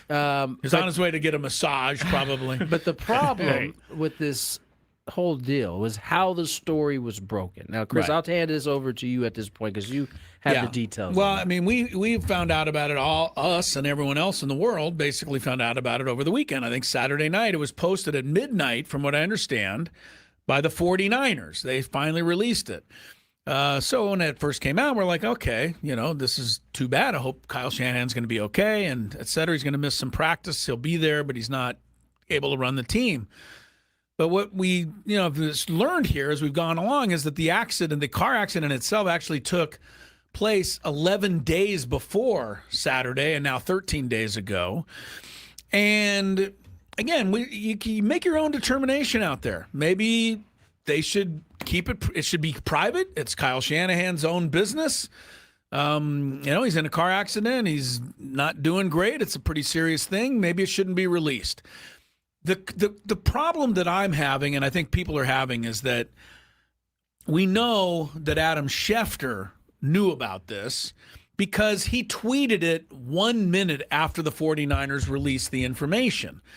We also know that ESPN, the whole conglomerate, they totally knew about this because they wrote a whole story was released 2 minutes after. Now, they would have had to already have the story written, and they were just waiting for the 49ers to, quote, give them the go-ahead. So is that, though, how our journalism should be working? That is the question at hand here. Should the 49ers be able to control this narrative, or is it ESPN's job as what we feel is our watchdog in the media to tell us what's happening and tell 49er fans what's happening, et cetera, that this has happened? First, my question is, how confident are we that ESPN had the story and they just didn't? I'm just saying they had to have had it because there's no way they could have put it out 2 minutes later, Tony. They couldn't have written it that fast. I would like to disagree with Chris, but I cannot. Oh, I believe the story was written before. It had to be. I was talking to a writer over the weekend, actually, and that's what happened. Here's the question I have. How far in advance is too far in advance to not hold on to it? Yes. How long is too long? How long is too long to hold on to a story? How long? Because I'm saying if they knew 11 days prior, like when it happened, yeah, right, I would feel differently. But if they knew 3 days, then you say 48 hold hours, on to it. 72, and they're like, could you give us 48 hours, whatever it is? I have less of an issue because I feel like that's been done before. So you think Shanahan and the 49ers should maybe have a good 48 hours, 72 hours? No, not necessarily. To be to themselves and everybody. But I guess my question is, does it matter to you if it doesn't matter if to it was me. 11 or if it was? Doesn't matter a whole lot. This is weird. I didn't even think about this, but this honestly happened to me as a Cub reporter at the Daily Aztec. I'm going to go way back here. Wait, you were a Cub reporter at the Cub, Daily? You know what a Cub reporter is? Cub means you're new to the job. I know. My first assignment was the women's tennis team. And they played a match at UCLA one day, and they drove up in like 3 or 4 different cars because obviously women's tennis a little lower on the totem pole. You got to get your way up there. So I was, along for the ride as the reporter for the school paper. Anyway, the match got rained out. So we got all back in the car. We all drove back to San Diego, except we all had to stop because one of the cars, not in my view, but one of the cars carrying the coach and a couple players got in a fender bender, an accident. And one of the players had a torn up knee a little bit. And he was in the hospital. Torn up knee, like he scraped it up, or they tore some actual ligament? We didn't know, but yeah, okay. it was something that might keep her out. I think this is a long time ago, and it wasn't exactly like, Martina Navratilova. It was like the 5th player on the women's team. But she had a torn up knee. She didn't play for a little while. But I didn't. I was there with the team. Well, my editor said, how'd the match go? Or whatever, on the phone and called. I said, well, we never played the match. He goes, okay. And I go, but we're at the hospital because the player, she's okay, but she hurt her knee and she may miss a match or 2. And anyway, I wrote the story about the best I could, knowing what I knew, which wasn't a whole lot. But I said the player, they were in a little fender bender. Nobody else is hurt. Everybody's okay, but this player may miss a match or 2. Now, the coach of the tennis team was not too happy that I wrote all this because who knows what crap she had to put up with from the upper people who said, how did you guys get in a car accident? Who was driving? It was raining. What was going on? So, and this became a little bit of a thing. And I finally, we patched it up and I ended up covering the team the rest of the year, et cetera, et cetera. But it's interesting in a lot of ways. It's almost similar to this. It is similar to this. Because I'm there to be a reporter, but I'm also, should I not cover it up, but I should just not report that. There's a couple different ways I look at this, right? You got your beat guys who are there every day. They know the ins and outs. Yeah. In this particular case, I don't know how I feel because it is a personal story in terms of Kyle Shanahan getting into a car accident. He's not away from the team. Yeah. But I also coming back from chiropractor. Coming back from a chiropractor. I also understand though what you're saying though. I mean, it is journalism, right? That's kind of what it's been built on. If you cover the 49ers and you show up at the facility for a couple days and there's no Kyle Shanahan, you should be able to ask, where's Kyle Shanahan? 100%. Now, if they're holding this information from, if they're trying to cover this up and I don't think anybody's really at the facility reporter wise until I don't know. Now they are because the training camp and all that stuff has begun. But I've said this for years. Do we really need to know people's medical stuff? Don't know. I don't know. Does TMZ That's really the part need? that makes me a little bit like. I don't know. What if they're withholding this to maybe protect him and his family? Yeah. What if he did lose his eye and he wasn't ready to disclose that? Or he was. Should we respect that? Or he may have not have made it or something. The other question that's coming down from a lot of the people who are being critical right now is ESPN is pretty closely in bed. I think they even own now about 10% of the NFL, right? Didn't they buy the NFL Network and all that stuff? Thing as to why people are getting fired, but okay. But my point being, does ESPN now owe it to the NFL to do the NFL's bidding when it comes to journalism? Are they? They just can't. They can't. They shouldn't. But can the NFL call and go, hey, we don't want this story out, man, Shanahan? Because there could be a story that could be messy that they don't want out. And then you really have a tough choice to make as a reporter. Some pretty messy stories that I will at least defend ESPN on this. But this is before, Tony. How about now that they're in bed so closely? I mean, they've owned the NFL Network for a little bit of time now. That's not recent. Yeah, it's in the last year. Because remember, we started seeing commercials on Red Zone because of ESPN. Right, it's last year, but they had some salacious stuff happen in the last year, and I think it's been covered. I don't know that this is the story that they're going to. We should go to the die on the hill for. Yeah, you know what I'm I remember this story. Remember when Adam Schefter changed details about something that was happening with the Commanders in the investigation into the former owner and Snyder. So people found out that. Adam Schefter. Jeez, I got so many reporters running around. They knew that he changed some details to make it better for the Commanders. The Commanders had input on that story. That's way different. That's crossing the line. That is way crossing the line. I don't remember that part. I don't understand. What is this? What is this news?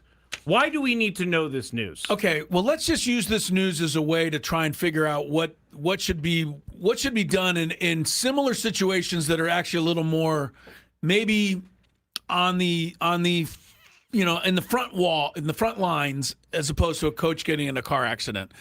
And I'm just saying, I don't want to throw Kevin Acee in it. Anybody covering the Padres, and you said day-to-day beat writer, something happened. You're sure of it, whatever, you just happen to know. You're there. But the Padres, and I shouldn't use them let's just use a different team. Let's say a general example. It's a generalization, but can the reporter write what he knows? Can the team say, hey, we'd rather you not report this right now until we get a better handle on it? And then can the reporter say, well, it's my job? And then can the team say, well, you don't do what we want. We're going to start not giving you access. They can definitely make it difficult. Where does the line go? They can definitely make it difficult. Where does the line go? There's definitely a dance that you got to do. And here's what This is what I do notice is that different places in the United States, the rules are different.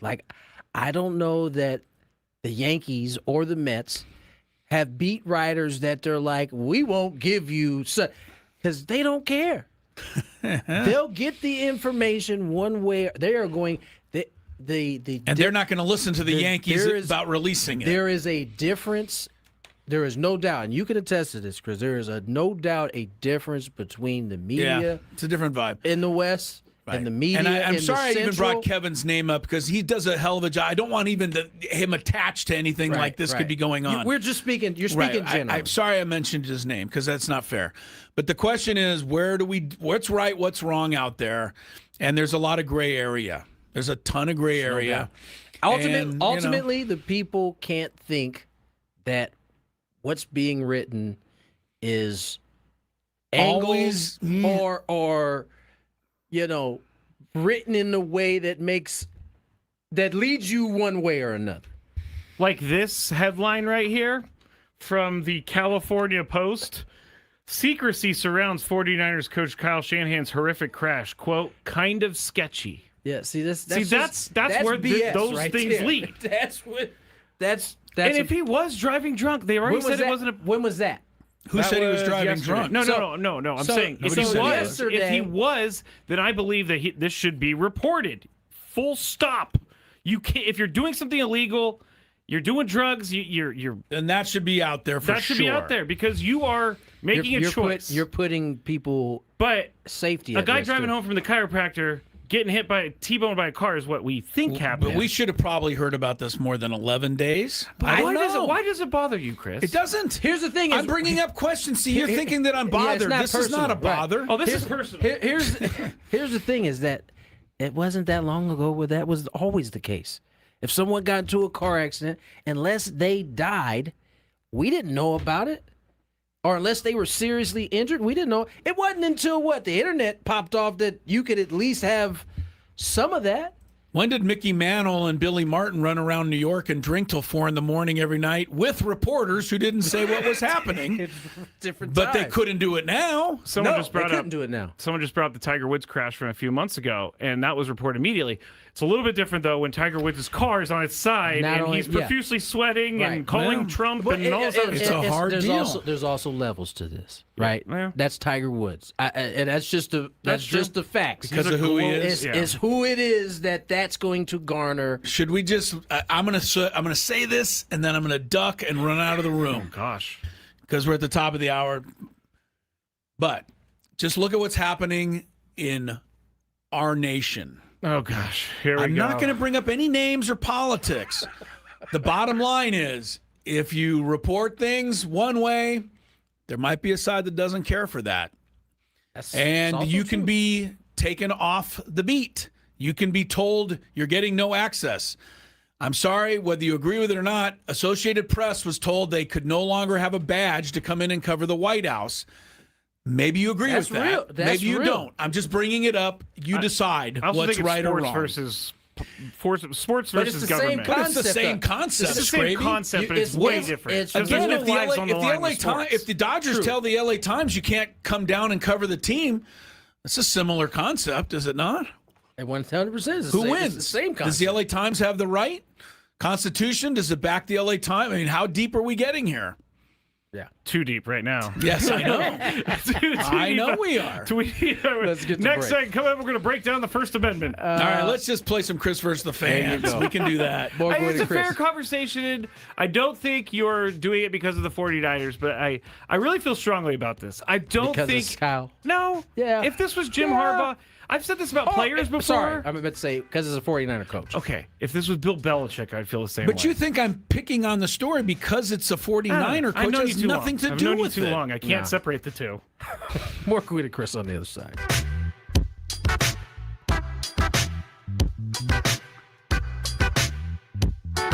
I actually got in trouble once when I worked at the bank for looking up a celebrity, and it was totally wrong on my part. Totally wrong. Looking up their account number? Just I searched her name in the account system, and Skraby, what is wrong with you? I was like 19. You'd be better off. You'd be better off admitting that you wore your underwear inside out. Frankly,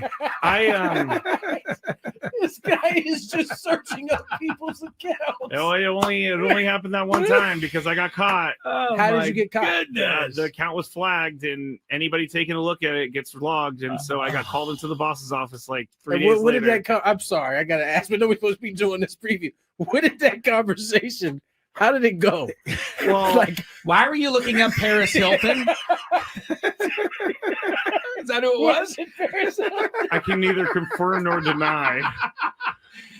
Oh my goodness. I can neither confirm. That's really funny, Chris, that you just yelled out that name out of all names. No. But I walked in, I got called into the office, and I sat down, and all my boss, I loved her. She was great. Her name was Sharon. Amazing boss. She just slid the piece of paper in front of me. You knew said, "Did you visit this account?" And I looked. Yeah. She was like, "We're going to have to write you up for this. And if you do it again, we're going to have to fire you." And I said, "I'll never do it again." And I got out of there as soon as possible. I took everything, but it was not good. Not good. Just curiosity, huh? He's like, I wonder how much they have in their account. Yeah. I mean, before I got caught, I did look up athletes. And, oh my God. I'm so glad you're sitting in this seat now. Yes, I'm so happy you're not doing any job that can be dangerous to people's futures. This was in the first year that I was there. I learned my lesson thoroughly. Chris, as I said, as soon as they walked in, they was like, yeah, that's our guy right there. That's our window. We're going to take him down. Yep. Just lucky I didn't get caught for like... I can't even say. I'll tell you guys off break whose account I saw and how much money they had sitting in their checking account. And this was how long ago, too, by the way? 2009, 10. Way before I became a good person. Didn't Bank America end up getting in trouble? Or was that it was one of those banks got in trouble? All of them get in trouble for selling information. But I heard folks like you. I wasn't selling any information. I was just wanting to see what was going on. Curious. I didn't check their account activity, which I could have. Been like, oh, they bought this here. I'm going to go up there. You know, I'm not that creepy. Well, that's stock. Oh, yeah, you're not that bad. I'm not that creepy. This is amazing, by the way. We're supposed to be doing. How are we supposed to do baseball picks under these circumstances? We can't anymore. I think we gotta push it. You guys never did it? Well, I mean, no, Skraby, we didn't really. Okay. Like you work at a bank, you're looking at people's account information. That's unbelievable. It only happened for a little bit, and then I got for a little bit. I can't stop laughing at this because it is quite hilarious, Skraby. But you were saying that I may have gotten robbed or whatever. I actually did get robbed when I worked in San Francisco, and they're called quick change artists. How long did you work in the banking industry? 8 years. I was a teller supervisor when I finished. I was also the merchant teller, which took in around $150,000 in cash a day. Guess what? Always balanced at the end of the day. Yeah, I bet. But there was a guy who walked in. He had about $5,000 in hundreds, and he handed it to me. He said, "Can I get 50s for these?" And I said, you know, it's pretty annoying that he wants $5,000 in hundreds, and he wanted $5,000 in 50s. He just wanted 50s instead of hundreds. So I had to go get it from the vault. I come back. I'm starting to count it out, and then he's like starting to ask me questions as I'm counting it out. He's trying to and then what did I tell you, Chris? This is what I'm talking about. That window right there. Hey, this guy was so good that no one saw it coming. But so when I started getting mad at him because I counted out the 50s, he goes, "What are you doing? I asked for 20s." And I'm like, what? You did not ask for 20s. You asked for 50s, bro. Yeah. I had to go to the vault to get those 50s. And as I was getting all mad and talking to my boss, he took the cash off the counter and put it into this folder that he had on the thing that the original 5,000 in hundreds. Yeah, well, he kept going like that, and then I was so mad, I just grabbed it and I threw it in my drawer. And then he was like, "You know what? I'm out of here." And he walked out. And then at the end of the day, $3,000. He got an extra 3 on you. $3,000. Yeah, he got $3,000. The thing about criminals like that, they can sniff out a mark really easy. I'm not a mark. You are 1,000%. I was actually the bank's dog. They got you for 3 extra. And that's the only time in my 8 years that I ever had anything happen like that. I'm sure there are people who've been there 8 years that never had 0 taken. Skraby, I got a 20 here. Can I get 5 5s, please?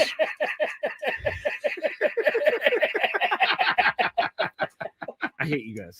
Let's get to that was one of the worst moments of my life, but you know what? It taught me a lot. Never trust anyone ever again. You know what?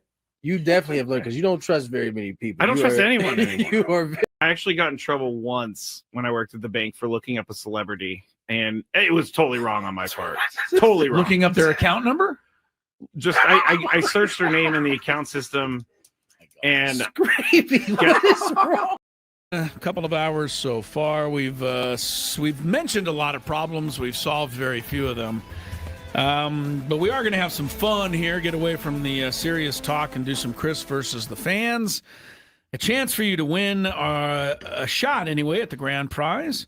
2-night stay at the Fontainebleau, Las Vegas, $150 food and beverage credit. Oasis Pool Deck at Fontainebleau. Las Vegas is officially open for the season. They offer a 6-acre elevated pool experience with 6 distinct pools and Live Beach. Enter to win a 2-night stay at Fontainebleau, Las Vegas.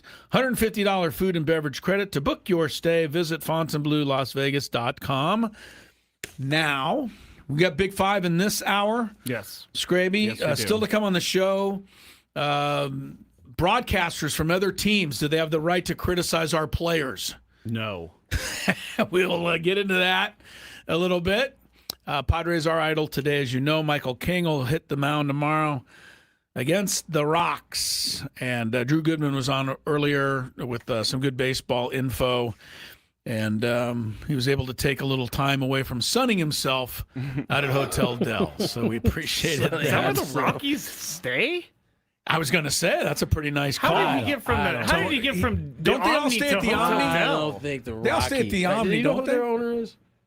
Oh yeah, I do know. You Dick think he's Mumford. staying at Oh Hotel yeah, no Del? kidding. Get We should. We can't Drew's mention it because we Ubering don't to like. We don't like to Hotel put. We don't like to put Drew Goodman on the spot. But we should have asked him how he likes his room at the Motel 6 in Mission Valley that Montford has him Did at. they leave the light on for you? Yeah. Ain't no way he's staying. They Yeah, staying he's not at staying at Hotel the- Del. That is funny. That's funny. All right. Hey, good for him though, getting around town. That's not an easy. You might place as to well get do to. those Yeah, things, you can. right? You got an off day in San Diego. This is how you take.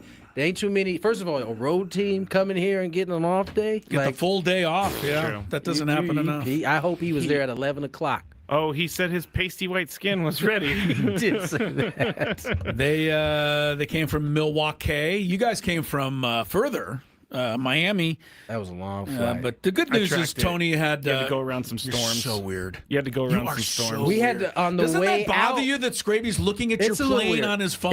It's a little weird. Yeah, We had it to is. do that on the way out of Atlanta. Like a huge storm came, and we had to go down to Mexico, come back around because we had to go around. Yeah, it's like an extra hour and a half. Oh or so. man, Never that's seems brutal. to fail anymore. No, Is that why Wandy gave up the home run? Because he hates Why flying. do you even have to mention poor Wandy? Because he hates flying. I don't know. All right, let's play Chris versus the fans. If you had one shot, one opportunity to take down the human almanac himself, Howdy do. now is your time. Listen to me, this guy is dangerous. Now is your opportunity to win a prize. Well, I hope you know what you're in for. Chris versus the fans starts now on 97.3 The Fan. All right.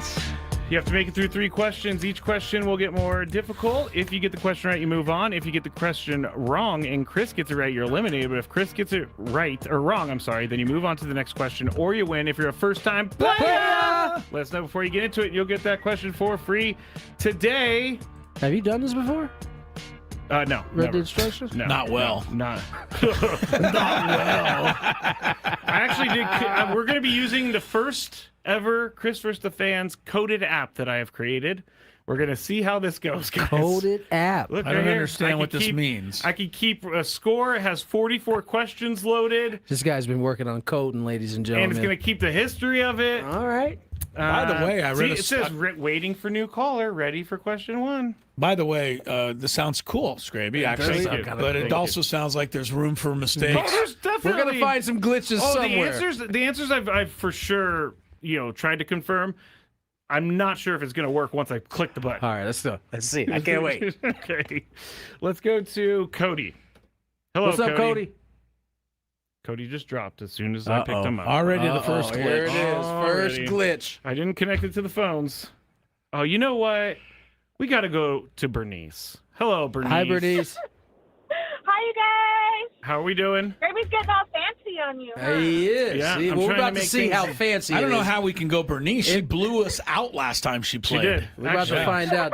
This whole system could be janky here. Let's see. Let's See, I test it don't out. need to click the first time player button, Tony. Okay. All right. So, We're gonna find out when we just get letting one. everybody- Okay, here we go. I gotta click this though. Who was the manager of the Padres during the 2025 season, last season? Oh, Mike Schill. Mike Schill is correct. Oh, don't be going there on Bernice. Man, she's on that. Bernice knows. Yeah. All right. Let's do this. What? It's not the app. It's not the app. It's already it's the glitching. question. No, it's the questions that I am asking are confusing. Yeah, sure. All right, we go all the way back to that 19-2 win over the Royals. Fernando Tatis Jr. secured something. He secured his It's not ready for the prime time, guys. It's not ready for the prime time. I need to rerun some of this stuff. So what are we doing? We canceling the segment today? Now I go back to the old sheet. Okay, go back to the old sheet, please. We go back to the old sheet. You guys think we make all this stuff up about Skraby? I just want you to know. Here we go. Was there not a way to try this out before we actually had the show? I tried it. I just don't like the way the words or the questions are being worded. I think Tony's hitting it. No, the AI wrote it. But you didn't go over it. I went through the answers, but I didn't change the question. This was my fault. We're going to get this it working. ain't me and Chris, so it's all This is good. only 1.0. Okay, go ahead, man. Do your It's thing. only 1.0. Can't wait for 2.0. I can't either. Bernice, Canada hosted matches in different cities during the World Cup. Toronto was one of them. What was the other Canadian host city? Uh-oh. No. I didn't really watch that much FIFA. Toronto and let's go Montreal. I don't know. Montreal? Montreal. The Habs. Toronto's too close to... Or Montreal's too close to Toronto. A little close. Sorry, Coast. Bernice. You know I love you, but I think we were in Vancouver. The west coast of Canada. Yes, I think. Yeah. Sorry, Bernice. Sorry, Bernice. Always good to have you on, Bernice. You know, we had to keep you humble. Couldn't let you just win again. Keep you humble, Yeah. he says. All right. Sorry. What are we doing I here, got buddy? lost. I don't know what's going on with me today. Let's go to our next contestant, Evan. Hello, Evan. Good afternoon, fellas. Good afternoon, my afternoon. All right, here we go. Question number 1. What team did the Padres acquire Tanner Scott from at the 2024 trade deadline? I should know this. The only thing I can think of is Miami. Miami is correct. All right, here we Very go. good. Came through, Evan. Question number 2.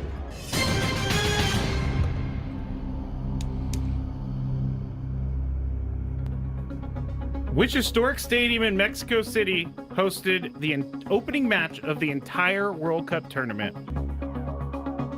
I think it's called the Azteca. I'm going to give it to you. That's pretty good. Estadio Azteca. I didn't know if he was going to know it, but Nice good work. job. Good I would job. like to know when you become the sole determiner of whether it's a correct answer. Or I not. just did. Did you hear him jump in there? I'm going to give it to you. The Azteca was really what I was looking for. That was good. really what I was looking Hey, for. good so. for you, Evan. You're on to the finals. All right, here we go. All right, now this is AI written. Wait, so you went back to your other sheet? No. I'm in the sheet. Just don't get confused. All right. But I did confirm this answer. As long as it works. It works. And Kyle Schwarber went into the All-Star break leading the league with 32 home runs. Who holds the record for most home run hit? Break. Who holds the MLB record for the most home runs hit before the All-Star break with 39? So basically, who has hit the most home runs before the All-Star break in MLB history? Can I jump in? No. Because you asked this question last week. Sorry. Well, I wasn't listening last week, but I think I know the answer. Well, But the problem is take a Chris shot. knows the answer. So Yeah, just in case. well, don't Hold buzz on, the Evan. guy. This is a. He didn't do anything wrong. Okay.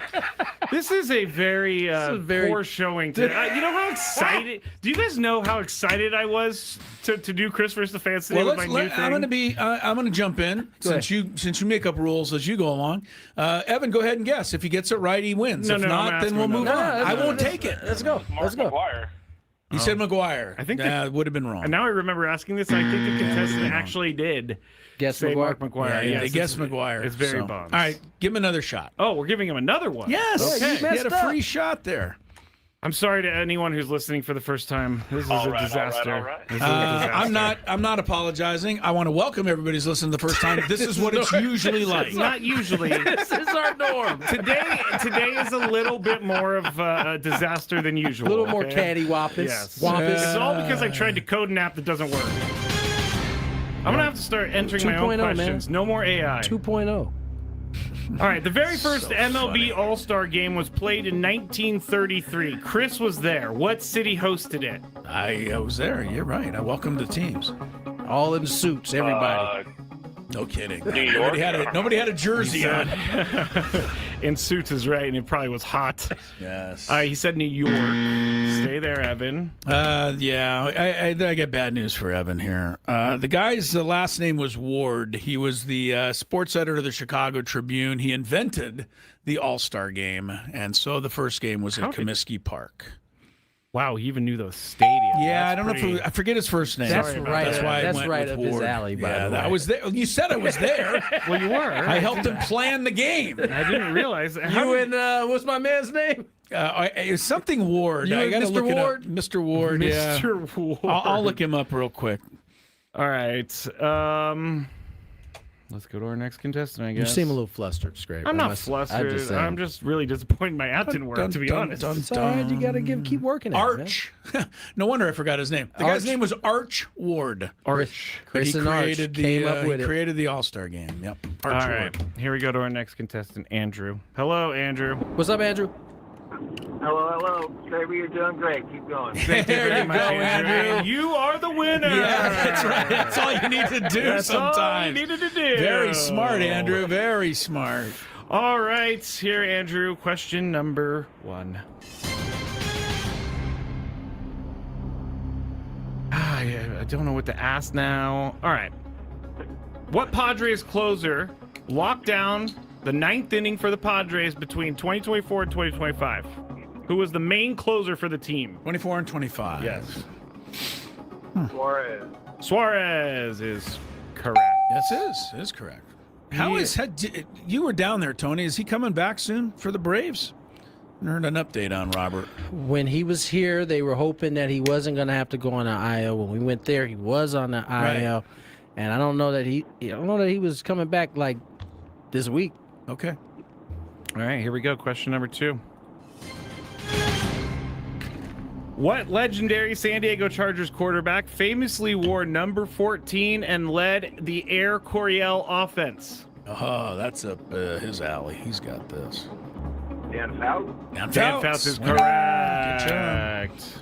There we go. All right, here we go. Somehow we You better know that, or Dan Fouts would seek you out and be he'll let you unhappy know. with you. He yeah. will? Yeah, he's a tough character. He Good is. guy, but tough character. Really? He's going to hold you accountable.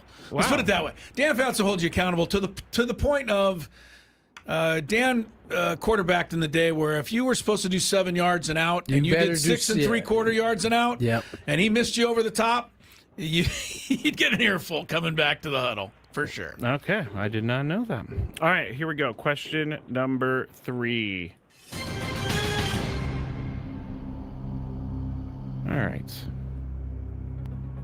I don't really like any of these questions that I've put on this sheet. How do you not like the questions that you put on the sheet? Still doing great, All right, Skraby. thank you. Andrew, LaDainian support you all the way, man. LaDainian Tomlinson has the record for most touchdowns in a season. LT? How many did he score? Very good. Which one? What or how many? How many? How many? Okay. I remember Josh Lewin making the call on the record touchdown. Saw Josh not that long ago. 21. 21 or no? Wait, whoa. Did you say 21? Not his number that he wears. Yeah, and his touchdown number. Touchdowns. You going 21? Both, yeah. Okay. All right, both. He said both. Okay. Stay there. I could miss this, but I think he had 31. Okay. Oh. Is it 30? You look maniacal. You Well, look. I'm flustered. What are you It's flustered with? 28. Okay, it might be. But I may have not included one detail on it, which would be rushing touchdown. He didn't. You know he didn't. You know he didn't include only rushing, but not receiving. I should have said rushing in the question. Well, you didn't. I didn't. I'm looking right now. This has been probably my worst game. This has definitely been a disaster. This has been my worst game. I'm actually embarrassed. Yeah, by he had this. 31 touchdowns in 206. 28 plus 3. There it is. I was looking for the 28, so Chris is wrong anyway. Since we're making up You rules can give here. it to our caller. I don't mind. I just want to be, that I didn't forget how many touchdowns LT scored. That's all. Skraby, what are we doing here? Producer? Oh, we're going on. Going on, he says. Oh yeah, we're going on. Sorry, we're getting you the do heck not out of win. this segment because this is. Oh, you're moving past the segment. You're going to commercial. Yeah, I'm embarrassed. He's cooked. I'm legitimately embarrassed right now. He's no longer cooking. He's just cooked. Yeah, I can't even tell you guys how excited I was for Chris versus fans today. That couldn't have gone worse. You know those things where you're driving down and you think about how something's going to go? And it goes nothing and like that. I was like, oh, this is going to go great. It's going to be smooth. And I got my new AI. See, what I need to do is not do the AI questions. That's it. No more Somebody AI needs to questions. inform Nick Sirianni of this segment because I read a story yesterday, and I'm not surprised that Nick Sirianni, if not the first, is planning to delve into AI this year in terms of getting an edge. And I think it's something to me, it makes way more sense in football. But I want to ask you in the next segment, Tony, why have they outlawed it in baseball? What's the matter with it? Good. Let's do it. All right, more Gwynn and Chris coming up.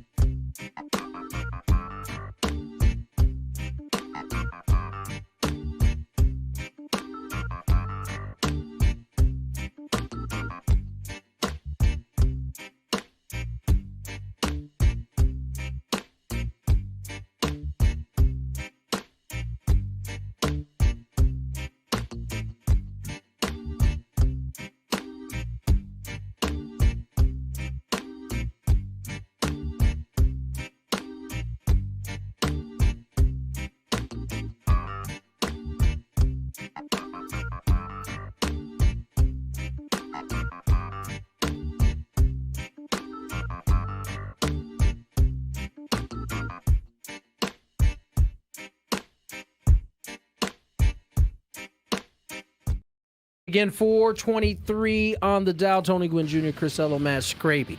Matt and Chris have brought this to my attention. I'm obviously doing the game, so I don't get to a lot of times hear what's being said on the other side of the other side of the, I guess, the other dugout. The other broadcast. Other broadcast. There you go. I couldn't figure out how I wanted to break that down there.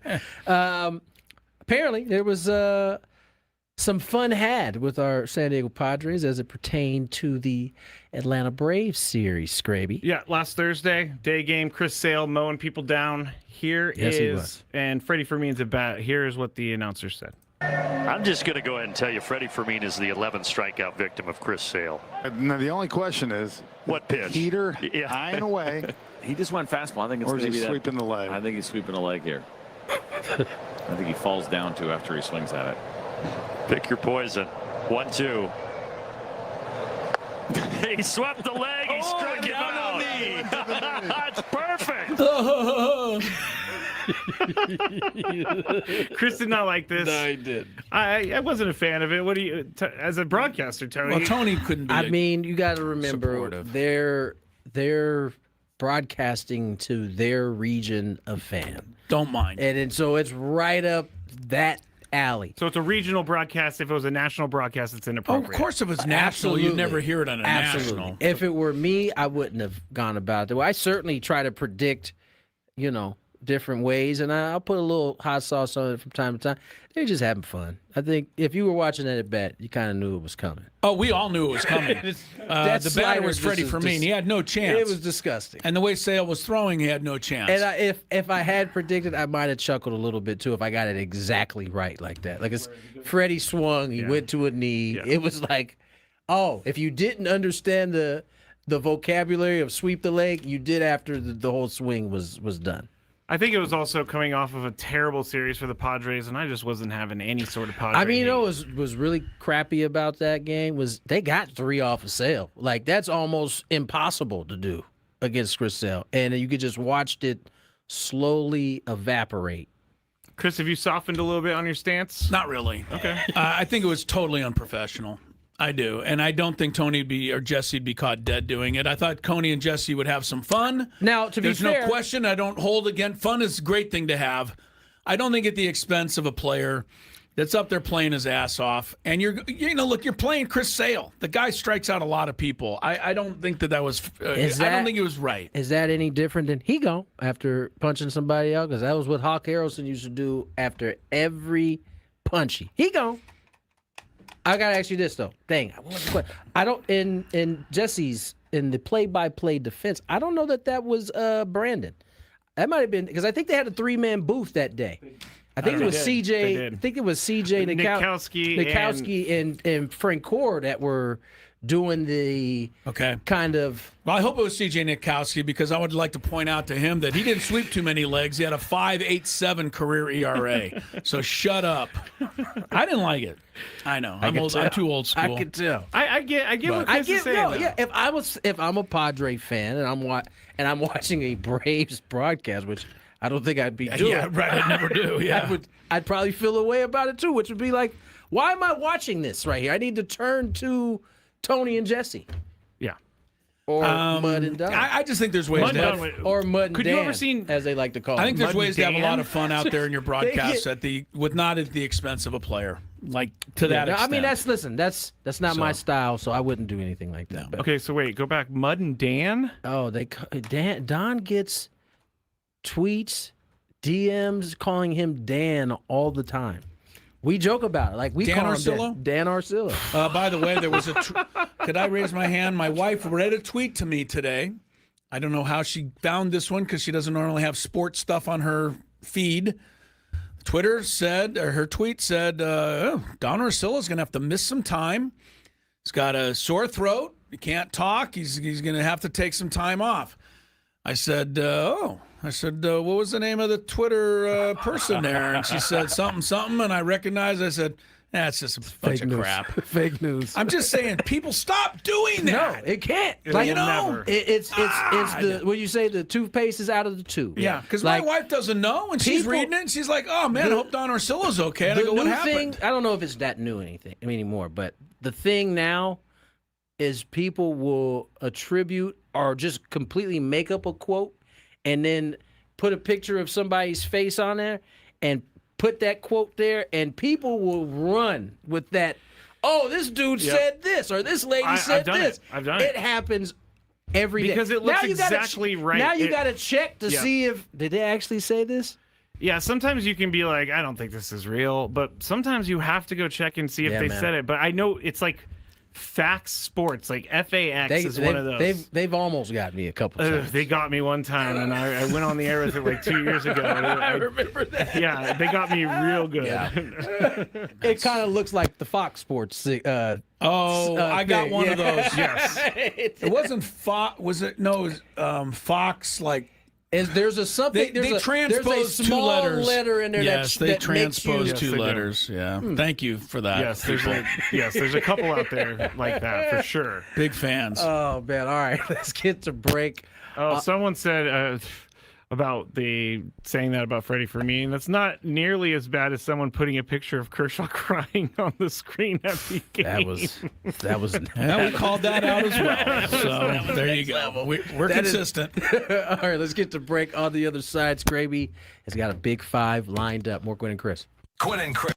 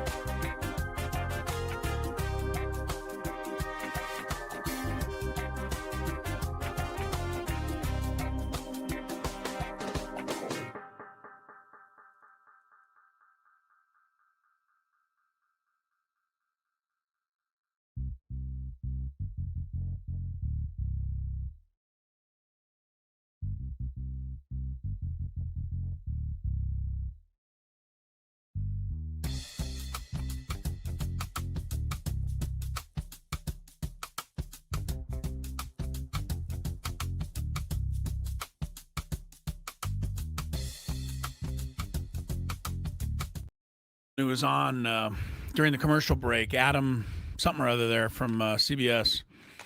But he brought up something that I've often wondered, and I agree with him. The Baseball Hall of Fame had its ceremonies yesterday.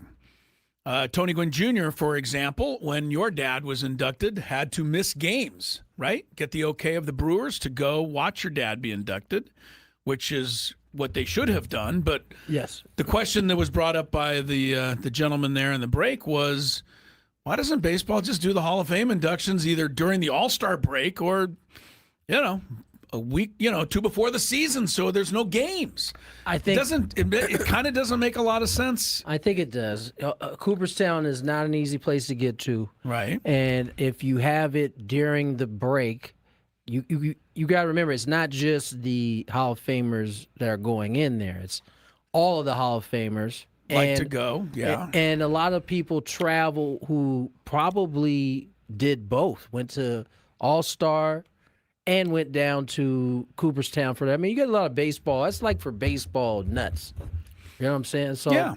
I see you can want to have some space in between your All-Star week. I'm just saying do it like in November. Or in January. I guess it's maybe cold in New York. I hate to say this. You're dealing with a lot of older folks. I don't know if they want to be out there in November because I know it is not nice. I mean, Skraby and I are already planning to go in 46 when Mason Miller goes in. So yep. You're going to go before that because Manny's going to get in there before that. That's true. Manny may not invite us. Is he going to go in as a Padre? And Mason is? Yes. I think we know Manny Manny's better definitely than going Mason. in as a Padre. He's got more time here. Definitely has more time. When it's all said and done, he's going to have way more time. Yeah. All right. And he's going to have records all over the Padres Right. franchise. That's even better. Okay, Skraby, I'm a little more excited. 2034. How many wins Manny's contract up? 2034 or something like that. Yeah, we could be still in for a wait. All right. Well, there's no longer wait for today's Big Five. It's that time of the show when we check on the latest in sports. Only the most important topics and questions are brought to light. Stop what you're doing and listen. These news stories will astound and amaze you. The one, the only. Oh my God, who the hell cares? The Big Five starts now on 97.3 The Fan. People actually know how hard it is to get to Cooperstown because sometimes I play a video on the commercial break of our trip to Cooperstown. It's not literally just a back road for like 150 miles. And that was coming from New York, Yes. like the city. Yes. All Skraby remembers is that I slept the entire way. He did sleep for a long time. Skraby was mad about that. Yeah, he was. And then I got up and we went to breakfast and I ordered 2 breakfasts. He definitely did that. I like that remember either. that for sure. And then Tony got to stay, which I understand. Tony got to stay at the nice hotel. Yes, he was in at a little cushier. Chris and I had to drive an hour and like 10 minutes back. It to was our far. hotel. It That's was true. so far. It was They like couldn't get us 45 miles near. away. Yeah, no, you're right There about isn't that. anything there. It's just There's not a lot of choices. Chris and I kept driving and driving. Yeah. We did a lot of we covered a lot of ground that did. week. All right. Hey, it was worth it. It was the only time we got to do something like that. That's awesome. Was it? We got to do that, and then was it the next year we went to the winter meetings? Yeah, but the final nail in the Cooperstown coffin was when I left Skraby and the engineer at the Chicago airport. I wasn't mad at Chris. Did we not come to pick you up though that night? I Yes, don't we even remember. did. We did. Oh, yes, you did. You was big mad. We did. I was pretty angry that day. I mean, I was just trying to get home. All of our planes were delayed. It was really bad. But you missed the plane either way. So you were just mad that I made it. The door closed. It was like one of those movie things where I see the door closing as I'm running through the airport, and they're like, "Sorry, once we close the door, we can't open it." I'm like, "Yes, you can. Yeah. You can open it." Yeah. Anyway, That's let's get funny. to Number 5. Memory. No, it is memories. I will never probably go to Cooperstown again, so I got a trip to Cooperstown. We got to see the Hall of Fame, like all of the stuff that no one else gets to see. And we got to see Tony see his dad's plaque for the first time, and as he's trying to enjoy it, there's 12 Little League kids trying to butt in the way. I remember that. They weren't butting in the way. They were just kind of No, excited. it's actually in the video. Everybody thinks that's the coolest part. Yeah. Is that that's my dad. Oh, what? That's true. Number 5. A 97.3 The Fans trade deadline coverage is presented by City Cruises Live. Experience is done different. We do have trade coverage coming up next week, so keep a listen and we will tell you what it's all about. The Padres are likely going to be chasing down a wild card spot the rest of the season, and being only 2 games back of the wild card spot today, the Padres are probably going to be buyers at the deadline. So with the offense coming alive here as of late, Chris, are you surprised there has been no trade to give the Padres at least one starting arm? Yet? Yes.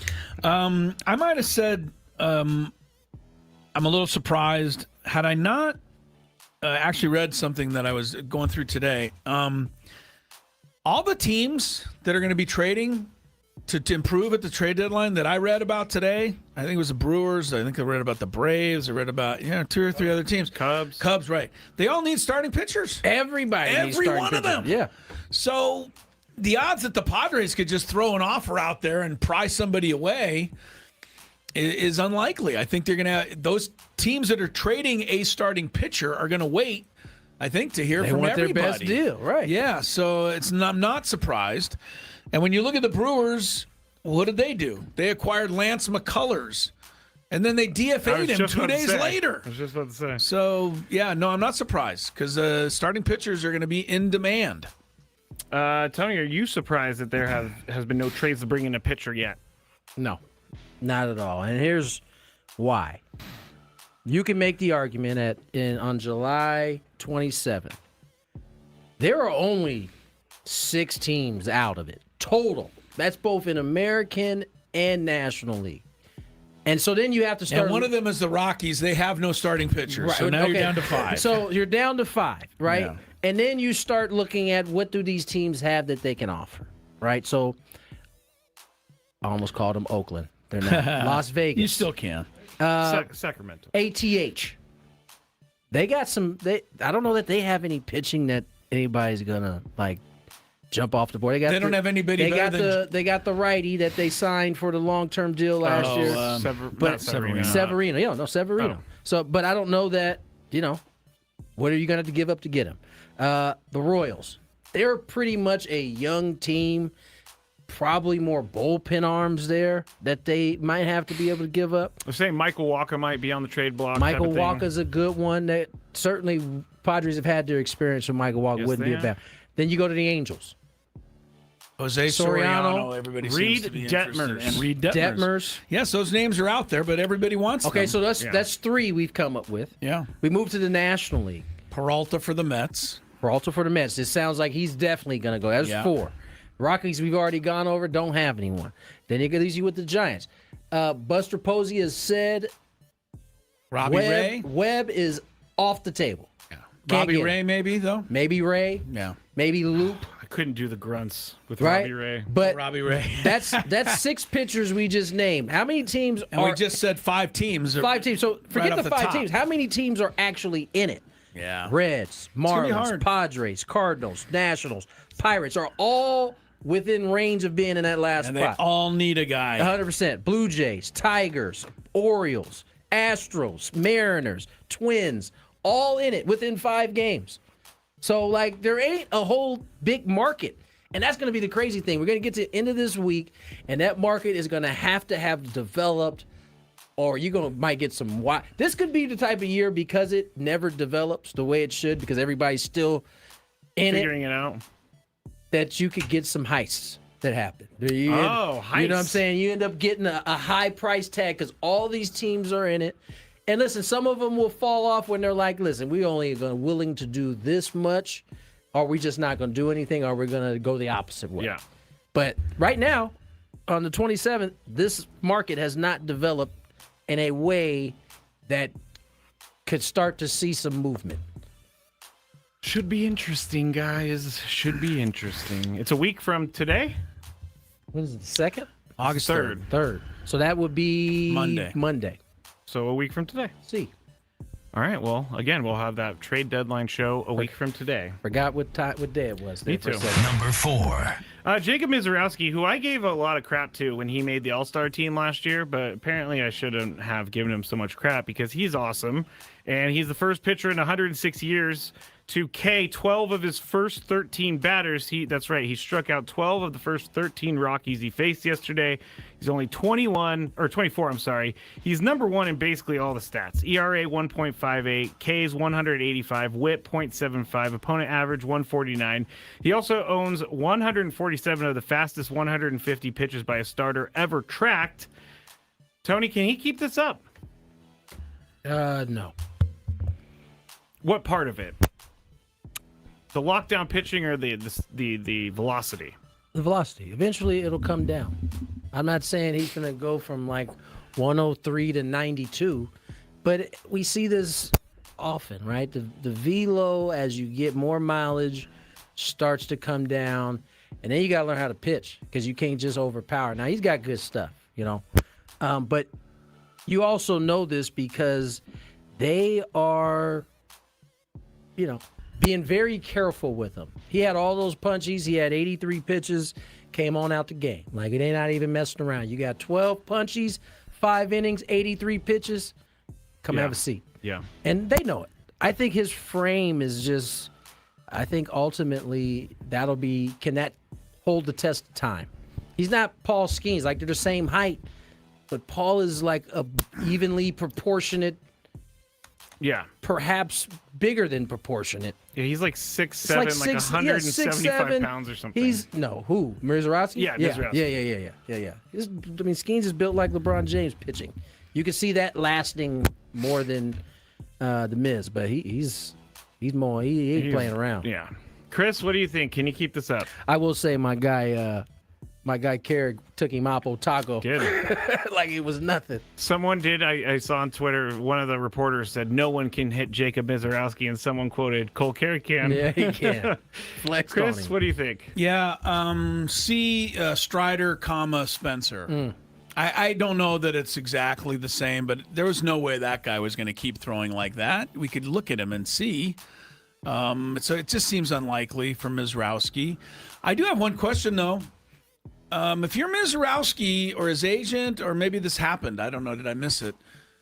Should you not hurry up and get a long-term contract and some guaranteed money right now in case you blow out before your, time is up to sign a contract? Because I'd hate to see this guy only make the major league minimum for 2 years and then not be able to pitch again. Here's the thing. I think he'll, regardless of whether he gets hurt, I think he'll pitch again. Right, I think it's a matter of time. It's hard to believe he can do this unless he's a superhuman, which I guess so far he's kind of been. He does like Pokemon, so he might channel one of them. Did you guys see his mitt yet with the Pokemon card in it? It's pretty dorky, I gotta say. Anything else on Mizorowski before we move on? No, great, super talented. Yes. Number 3. Carlos Beltran was one of those inducted into the Major League Baseball Hall of Fame over the weekend, with some asking a few questions as to whether or not he and his role in the 2017 sign stealing scandal should have kept him out of the running. Forever? Beltran, just the 5th player with at least 400 home runs and 300 stolen bases, acknowledged his role in the sign stealing scandal. And he said, you know what, that was bad, basically. If in the argument, you know what, Chris, that was bad. Yeah, basically. The argument, Chris, if Barry Bonds is a cheater and can't get in, Carlos Beltran is a proven cheater and he got in. Should he have gotten in? Well, you're asking the wrong guy, because I think Barry Bonds should be in, despite the fact that he's potentially a cheater, most likely. Yeah, no, Beltran seemed to do a whole lot besides that 2017 season, which, by the way, was his last. He was hired to be a manager too, right? He was able to tack on 14 home runs to his career total there, so I'll take those off. He's still 400, 300. It's pretty good. Yeah, Beltran, and I'm saying this despite the fact that when he was at the Mets, I asked him for an interview one time, and they told me to take a hike, basically. But I still think Beltran's a Hall of Fame player, and I especially do based on his postseason stuff's insane. You got to include some of that. Maybe the greatest trade deadline deal ever. Yeah, he didn't hit any home runs for their 2017 playoffs, but he sure hit a lot of them in 2004 when they won the thing. He had 8 home runs. 4 in one series, 4 in the next. It was unstoppable. But if you wanted to ask me if Jeff Kent should be in the Hall of Fame, I'd say, I've never been a Jeff Kent for the Hall of Fame guy. But you didn't ask me that. No, I didn't. If Barry Bonds is a cheater and can't get in, and Carlos Beltran is a proven cheater and did get in, should he have gotten in? You already know how I feel about this. Barry should be in. I thought I heard a great way of explaining it. What's my man's name that used to play for the Reds? Pete Rose? I knew it wasn't him. Joey Votto, yeah. So he explained it, perfectly. Advise you guys to go check it out if you can find it. Joey Votto's really good. He is. He was on MLB Network talking to your favorite host over there. Brian Kenny. Brian Kenny. But yeah, no, I think Beltran is a no-brainer, as was Andrew.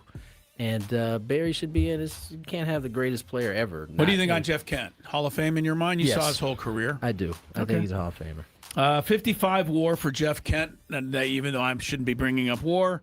75 WAR for a guy that people say is a better second baseman, Lou Whitaker. So I'm just throwing should that be in there too. Yeah, no, okay. Then I'd be more willing to accept Kent. Wonder how Kent got in then. He played in a slugger for a second baseman. Yeah. That's the big deal. Weren't many slugging second basemen. As a kid growing up, I just remembered he had that mustache the entire time. He was angry all the time. Didn't seem like a happy guy. He did. And so it was nice to hear him. I don't know if you listened to his speech. I heard him, and he seemed like he just a little bit. Enjoyed baseball. He's very, I played with guys who are like super wound tight, serious, all the time. Tommy Pham. And he seemed like that type of person. Like he just was like all business all the time. Like he talked about it. He said the reason why he loved Dusty so much was because he embodied the exact opposite of him. He said, I was pretty much a pessimist. Like I was always kind of like half glass, half empty, type guy. And Dusty kind of was my yang. Like he was the opposite of that. And he always brought the best out of him. He was talking about it a little bit. Interesting. I will go look at that. Number 2. I do think two guys for sure that'd be in the Hall of Fame, though, without question. I said Whitaker, but the two that drive me crazy the most are Don Mattingly and Dale Murphy. Don for sure. With Garv not far behind.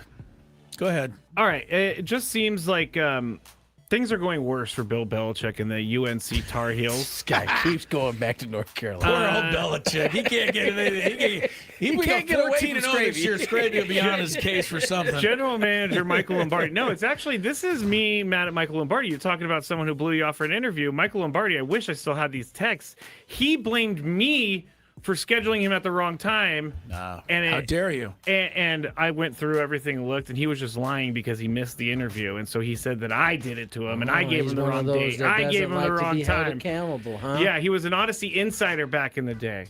Anyway, he has been placed on administrative leave. He is the North Carolina football GM. He gets paid $1.5 million a year. They have confirmed all this is happening. We don't know more news. Tony, has Bill Belichick's tenure as head coach damage his legacy? No. Next question.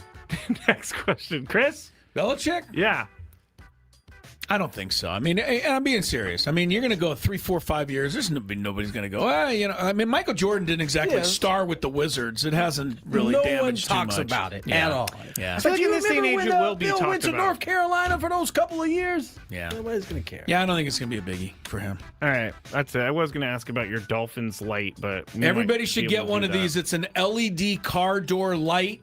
They have them at sporticulture.com. I'm not paid by the company, but you can get one for your team. Hey, it's Ben and Wood.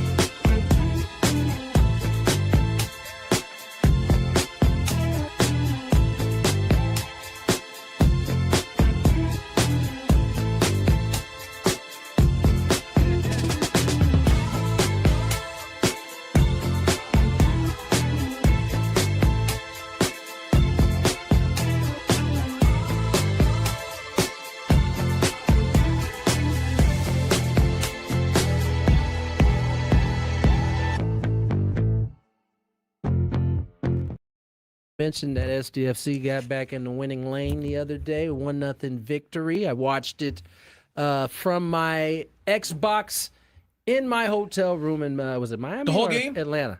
Yeah. Really? Yeah. Yeah, there was one on Saturday night. There was one on Saturday. Wednesday Yeah, because night. we played a stupid 4:00 game. Yeah, 4:00 game in Say, Miami. by the way, why you give us? You can't. You mess up lunch. You mess up. You can't even just like middle of nowhere. That is no man's land. Buses at 11 o'clock. Like you can barely get breakfast, and then you basically give up the rest of the day, and you come home at like 8, and it's like, damn, well, that's kind of late. We got to turn around for one stupid 1:40 game tomorrow. 140. I love this. This is what goes on in the head of a broadcaster. It really, it's like, how am I going to 106 games. What do I want to do? Do I want to go get some food? Do I want to walk someplace? It's I 8 to 30. struggled. I will say this. It's hot. It's hot. Yeah. I will say I struggled when the Aztec football team would play on the East Coast and have a noon start on the East Coast, which was 9 a.m. here. Yeah. They usually did that when they went to Ohio State, right? Somewhere like that. Yeah, Yep. I struggled with those, but yeah, you seem to, I just do the 5 o'clock, anywhere between the 3 and 5 o'clock start, just kind of leave you. It's kind It's of in no man's it's land. yeah, no man's land. Yeah. I got a really one bit of good news to kick off the happy hour, which I think is fair because we've been all over everything today. This story is out of Plano, Texas, and it has to do with athletics prospect Ryan Lasko. Oh, I saw this. It's a young man who broke his back in a collision with a minor league teammate 4 weeks ago. And I remember reading about this, and I think we talked about it on the this radio. was a terrible collision. And he had surgery to a fractured C6, C7 vertebra. They didn't think he was ever going to walk again, the whole thing. He was motionless on the field, the whole, all of it.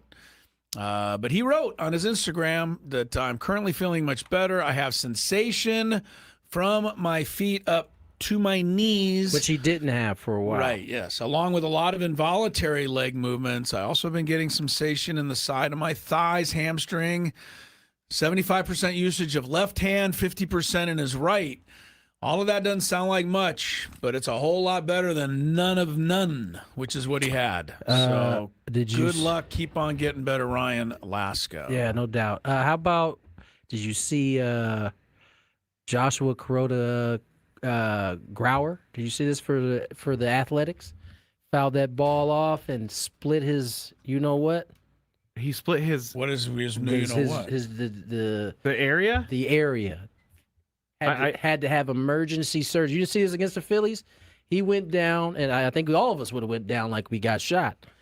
I was just seeing this article. Yeah, it's he was. Do I want to watch the video? Oh, that's what happened. Yes. I saw this happen. I didn't realize it was that bad. Yes. Oh he had my to have goodness, he had Chris! to have emergency surgery. I don't want to see it. It's not anything bad, but I can't show the video online. But he you fouls just it right off. Ruptured So testicle. that ruptured that? Yeah. Oh, boy. that ruptured. That ruptured. I have a silly question. Was he wearing a cup? I would say probably not. If Probably not. Yeah. Oh, yeah. I didn't realize it was that bad. I mean, you see guys go to the ground, but he was like fully like laid out, face down. Oh, now I know why. Yeah. He went down like a soccer player, is what you're saying. But Chris. that actually, But he actually was has hurt. impact. Yeah, he was hurt. Yeah. He hit his first major league home run in the second inning of that same So game. he was feeling good. And he fouled a ball off. First of all, do you know how he had to have barreled this ball up so well? Because it had to have some steam on it still to split you. Yeah. I don't think that's a word we ever want used in relation to that. Ruptured testicle. You know what I'm saying? This writer made me laugh. It said he fouled off a ball off his ... balls in the fifth. Let's talk about baseballs. That's how he wrote it. Yeah, let's talk about baseballs. And I guess this guy, what's his name? Joshua Kuroda Grauer, he is just joking about it, thinking this is the most hilarious thing ever. So good for him. Good for him. He's in good spirits. Chris is hurting over there. I can't even walk right now. I got to go back to the one where he goes, it happens down there. All right, Chris had a topic. All right, go ahead, Chris. I did? No, I said I had good news, and I read it. Oh, no, that you was had a it. topic about Fernando. Oh, yes. Okay, I'll throw this out there because I've taken so much abuse online from all you Twitter people out there on this, and that's fine. I'm going to throw it out one last time, and then I guess we'll probably move on. And the reason I brought it up again is because the Marlins announcers were the latest ones to mention it. It all started a couple of weeks ago when Fernando grounded out. I can't remember. I think it was Kansas City series. Yep. Shortstop, backhand the ball. Bobby Witt throws. Fernando is barely down the line. Don Orsillo actually did announce and say, play made by Witt. He throws, and Fernando's not running. He didn't say anything else. Yeah, he moved on.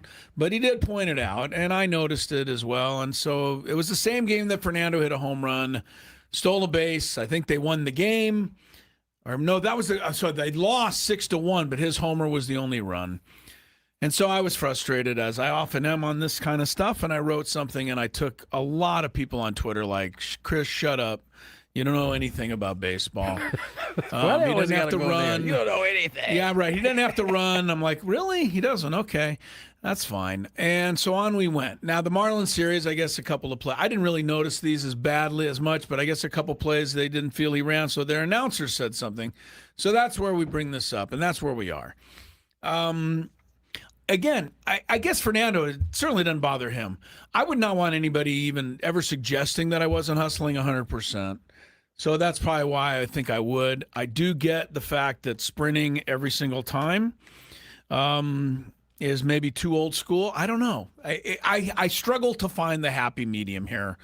So I will bring you in again, Tony, for this. I don't know that does it get to a point that if everybody else is saying something, that maybe Fernando ought to, throw a little extra step or two in, or does it not matter? I think you can't pick and choose when you decide you want to be mad at these deals, right? Like, is Toddy the only one doesn't run down the line? Nope. No. So then, like, you've accepted it before, so accept it in good and bad. You can't. I think I heard Shannon Sharp say this, and it came from OG Shanahan. I would never accept something in a win or in a loss that I wouldn't accept in a win, right? I think that's how he said it. Sounds very smart. And if you're willing to accept the lack of running the bases from other guys, particularly your leader, and listen, Manny's made no bones about this. I mean, I think he talked about it openly before coming to San Diego when he was a little bit younger. I'm sure he might have some different thoughts on it now, but that's who and how he's going to do it. And no one had a problem with it. The only time you have a problem with it is when the Padres aren't playing well or when they're not playing well. Any other time, you don't even hear it mentioned. So, that's how I look at it. Well, I'm dumbly going to be if it's the other broadcasters bringing it up, again, they're on the other side. They're going to point out the negative stuff that they can, as we all do. Well, our own broadcaster also pointed out, so I'm going to point that out. I'm going to just I'm going to take this to the, till I die on the vine is probably what's going to end up happening here. But again, when Soto didn't run here and Song missed the ball and had to go out in right field and threw him out, I thought that was really as embarrassing as I've seen in a long time. And I would just not want that to happen to Fernando or even to Manny. And I know that it sure looks like he's going to be out, and why hustle? And I know a lot of people in my DMs said that. Chris, he's going to be out anyway, and it's 6-1. I'd rather have him healthy later on and running when it matters. I still point out the fact that, the ball could short hop the first baseman and he could not glove it cleanly. And, if you're not running down the base, he could go get the ball and step back on the base. And that to me is just not acceptable. And guess what? So then at that point, the embarrassment is either going to make them stop doing it or it's not. And so really until it happens to Toddy and, in that situation actually pops up, we're not going to really know. But do the fans have a right, some of them, who agree with me? There are some who agree with me. It's a lesser amount. As long as you're the fan that is consistently complaining about it. Like, it's going to probably happen in these next 6 games. Keep the same energy, like all the time. When they win, when he goes 4 for 4, when he goes 2 for 4 with 2 homers, just keep that same energy. Bring it up all the time. Man, it just bothers the hell out of me that he doesn't run. But I love the 2 hits and the 2 homers he had. Skraby, we talked about this last week. Skraby was more leaning to the Tony side. Yes, still. Yeah. I don't think Fernando would ever. I hesitate to bring it up this way because I know that Chris has a retort to this, which is a correct retort. But I don't think he would ever not hustle if it really mattered. Like if he had a chance at the base. These are all. He definitely rustles when he has a chance for base. He's beat out ground balls a lot. Yeah. So we know that. So I don't necessarily. It doesn't really bother me that much. Anybody go drinking this weekend with Tony Romo? Oh man! Or driving with Tony Romo? Well, no, he was the driver. I did neither actually with Tony this week. Did you see him? No. Oh, I said I did neither. Oh, I thought you said neither you drive did. or Like, drink with him. No. Man, you were drinking and driving with Tony Romo? No. Tony's in a little I in the try soup. to make a habit of not getting in cars where someone's been drinking. No, that's a really good idea. Yeah. Tony's in the soup, apparently, according to TMZ, is in risk of losing his license. I mean, that's everybody who gets a DUI. Evidently not. Miles Garrett hasn't lost his He yet. didn't get a DUI. Oh, I see. He's just speeding. So 9 times 120 miles an hour isn't... Ohio has crazy speeding laws. If he gets caught in California for speeding as much as he does, he's going to be in trouble. Yeah. We have much different and much more serious speeding laws here. In Ohio, apparently, you're allowed to just drive however you want. On the Ohio Autobahn? On the turnpike. On the turnpike. I mean, do we have more information on the Tony Romo thing? Other than I he just got said a DUI? TMZ is reporting that he's risking losing his license. I could go through this story, but that's very. That means facing they an don't uphill have battle. anything yet. Yeah, that 'cause means that's they like don't a have basic anything. fact at this point. Yeah, I mean, most people get their license suspended. Romo performed poorly during the field sobriety exercises. He thought his athleticism was going to help him Take get over. through that. Did he say, I don't know, Jim? You know, I was looking for that joke earlier. I couldn't remember what he was saying, though. Did you run the red light or not, Mr. Romo? I don't know, police officer. Let's go to break. More Gwynn and Chris and Happy Shouldn't Hour be laughing about that subject. I just want to be clear. on the other side. There's no All right, so here's what happened. I was at the corner, and I'm going to call out the streets because who cares? It was Claremont Mesa Drive and Ruffin Road, which is pretty close to our radio station here. Yep. I had to run over and pick up a little cash from the bank. That was simple, trip before I came into work. And I'm on Ruffin Road, coming up to Claremont Mesa Boulevard. Ruffin Road can be a little rough sometimes. Well, they could pave that. It wouldn't hurt. Yeah, it wouldn't hurt if they can't call it paved road. I know that. Wait, your issue isn't the potholes in the road? No, that was I'm used to that.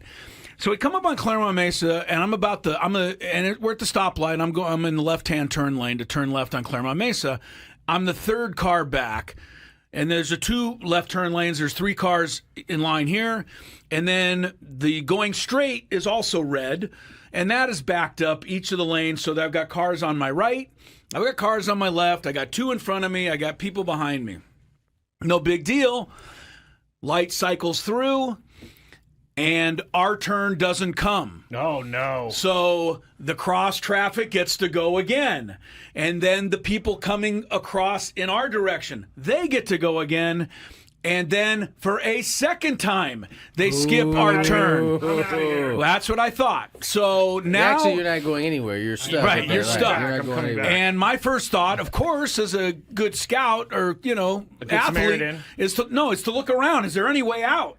Can I back up? Can I, I'll do anything. But there is nowhere for me to go. No. It happens a third time. Whoa. And I'm pretty clear at this point, this light's broken. And I'm starting to think, how are we going to get out of this? Am I going to have to call, the police to come and fix it? No one's going to know it's broken. 911 emergency response. Yeah. Emergency. Ruffin Road in Claremont. The light is stuck. The light is stuck. And so this is 5 minutes probably, but you can imagine 5 minutes. No, that's a long That's a time, long right? time. Well, when it comes to the 4th time, I finally start just leaning on my horn. Oh. I'm trying to get... What are the people in front of you going to do? Well, because there was a moment, right, after the traffic comes this way, it paused. You want them to run the light. You could at least a couple people could run the light. We could get this going here. You want them to run the light. I did. Break the law. Well, they had to. Otherwise, we'd still be there. So Anyway, so this is going on. So I'm starting leaning on my horn. The lady next to me looks at me like, "What the hell are you doing?" Good for her. Good for her. And good for her. Yeah. I'm like, "Ma'am, are you just clueless? Were you going to sit here the rest of your life?" She has faith that the light's going to turn eventually. Evidently so. If it had gone again, the guy next to me on this side rolled down his passenger window. That starts to go down. I think he's going to be mad. And he's like, "What?" And I'm like, "I'm pretty sure the light's broken. Like, how do you not know this? We've all been sitting here for 6-7 minutes now." The two cars at the very front of the left turn lane are not budging. So they apparently are content to sit there for as long as it need be. They also have faith that the light is going to turn. But I have no faith. What gives them that faith? Yeah, but what gave them the faith? I mean, it had cycled through 4 times now. The 5th time, I was going to just have to get out of my car and walk up to that and go, "Will you please do something?" Or get, and if you don't, and I would have something. You know what I would have said? "If you don't want to run the light, just get out of my way so I can run the light. I'm not sitting here the rest of the day." And finally, on the 5th time, the first 2 people ran the light, and the next person was able to get you know what I mean? And after a couple more cycles through, I got out of there. But I don't know. Did the light ever start working? I don't know. If you're at Claremont Mason Ruffin Road, you might still be there. I don't know. This was 45 minutes ago or so. Wow. So my question to you is, how differently would you have handled this than I did? And I'll start with you, Tony.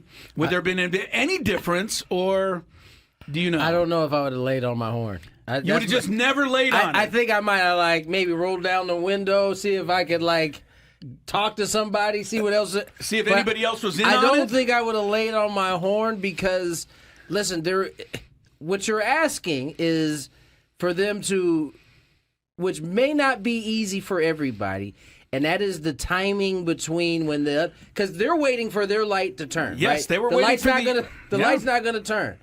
But that also then requires them to guess the exact kind of when the timing of when they can go. And yeah, well, you know what? Figure it out. I think a lot of people wouldn't be comfortable with running the light, with even under these circumstances. Well, I think not when there's other cars that could actually hit them. Okay, I think you are right, and the reason I think you're right is because of the 40 to 50 cars that were now piled up in my area behind me and around me.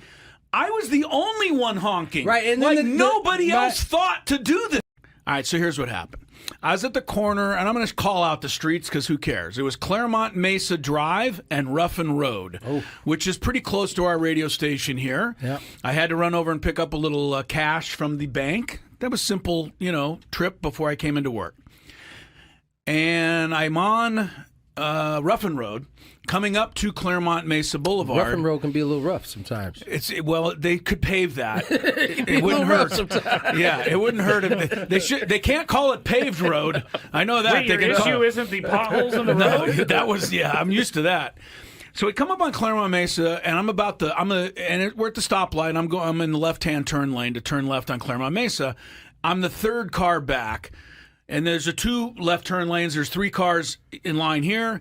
And then the going baseball here on 97.3 The Fan. Our coverage presented by Xfinity. Score the most reliable Wi-Fi. One price, 5 years guaranteed. Xfinity. Imagine that.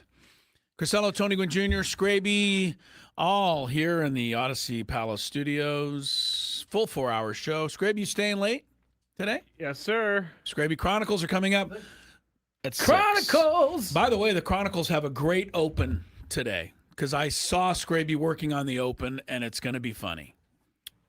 Why are you looking like you don't know what you're doing in your own open? Oh, it took me a second. Yes, it took me a second. He was lost. I was super lost. It took me a second. He's got a funny one. Okay, so it'll be good. Padres, if you're just back in town or something, did sweep the Marlins over the weekend. And so all of a sudden, the Padres went from season worst, 3 games under 500, right back to 500. They're only 2 games back in the wild card here, although they still trail a bunch of teams. So a lot of winning needs to ensue. It'll hopefully resume tomorrow. Michael King against Colorado. I must say, Michael Lorenzen, nothing's a gimme, but This guy has not been very good this year. 2-10 or whatever he is, and let me get his exact record for you. I'm sorry, 3-9. Sorry, 6.53 the ERA. So he's somebody that can be certainly had. Wednesday afternoon game. It says Griffin Canning. Interesting. He was actually warming in relief last night, and I think it seems like everything's kind of up for grabs right now with the way the Padres are doing their pitching. Marquez is scheduled for Thursday here against Robbie Ray and the Gigantes. One good news about the Gigantes series, Tony, just noticed this. No Logan Webb for that 4-game set. Great. And yeah, doesn't hurt anybody's feelings. We didn't miss anybody early, so I'm not going to give no anything. Complaints. No argument. Yeah, Logan's going to miss this unless, the Giants change something around. All right. Yeah, I shouldn't have said all that because now I forgot what I was going to talk about. Well, I got something. We could talk about this for a second. Kirk Kenny, our resident reporter here on the show, he had some thoughts on the Kyle Shanahan situation.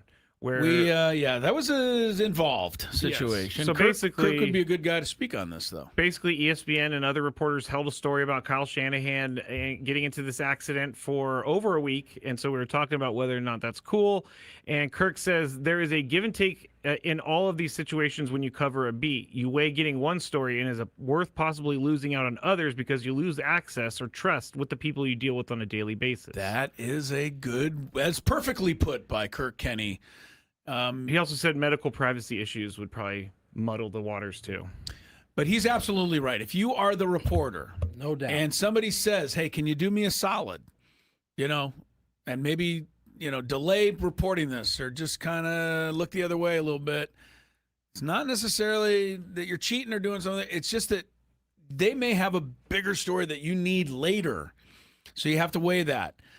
The question I would ask Kirk, and Kirk probably will now answer it that I'm asking it over the air, but I don't know that it's always been that way.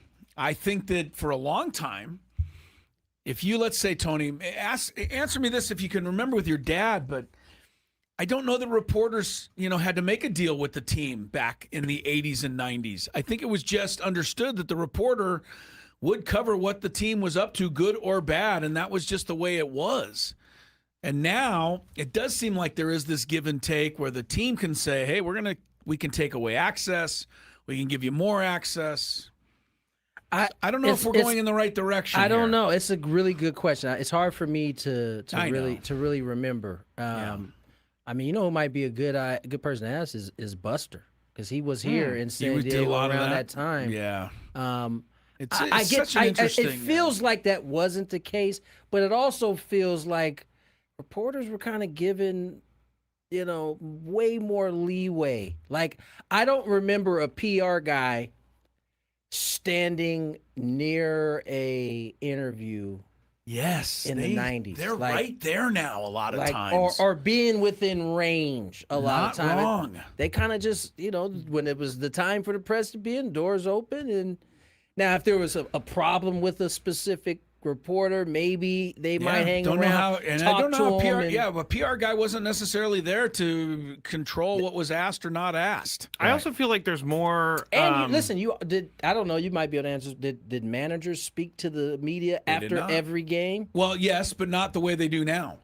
There was a little quick thing in the office. Right. I remember Bruce Bochy's door was right by my dad's so you get locker. a couple of so you guys see them all come traveling, 6, 7, 8, 9 of them, like, right? And Bochy'd come in, he'd lean back. That's exactly what he and would you'd do. go, and he'd look around, and one guy'd go this, and one guy'd go that, and then everybody'd get out of there. And then if you really wanted something else, and you knew him well enough, you'd sneak back in later for your own quote later. Yeah. But it's not like that now, and especially before the game.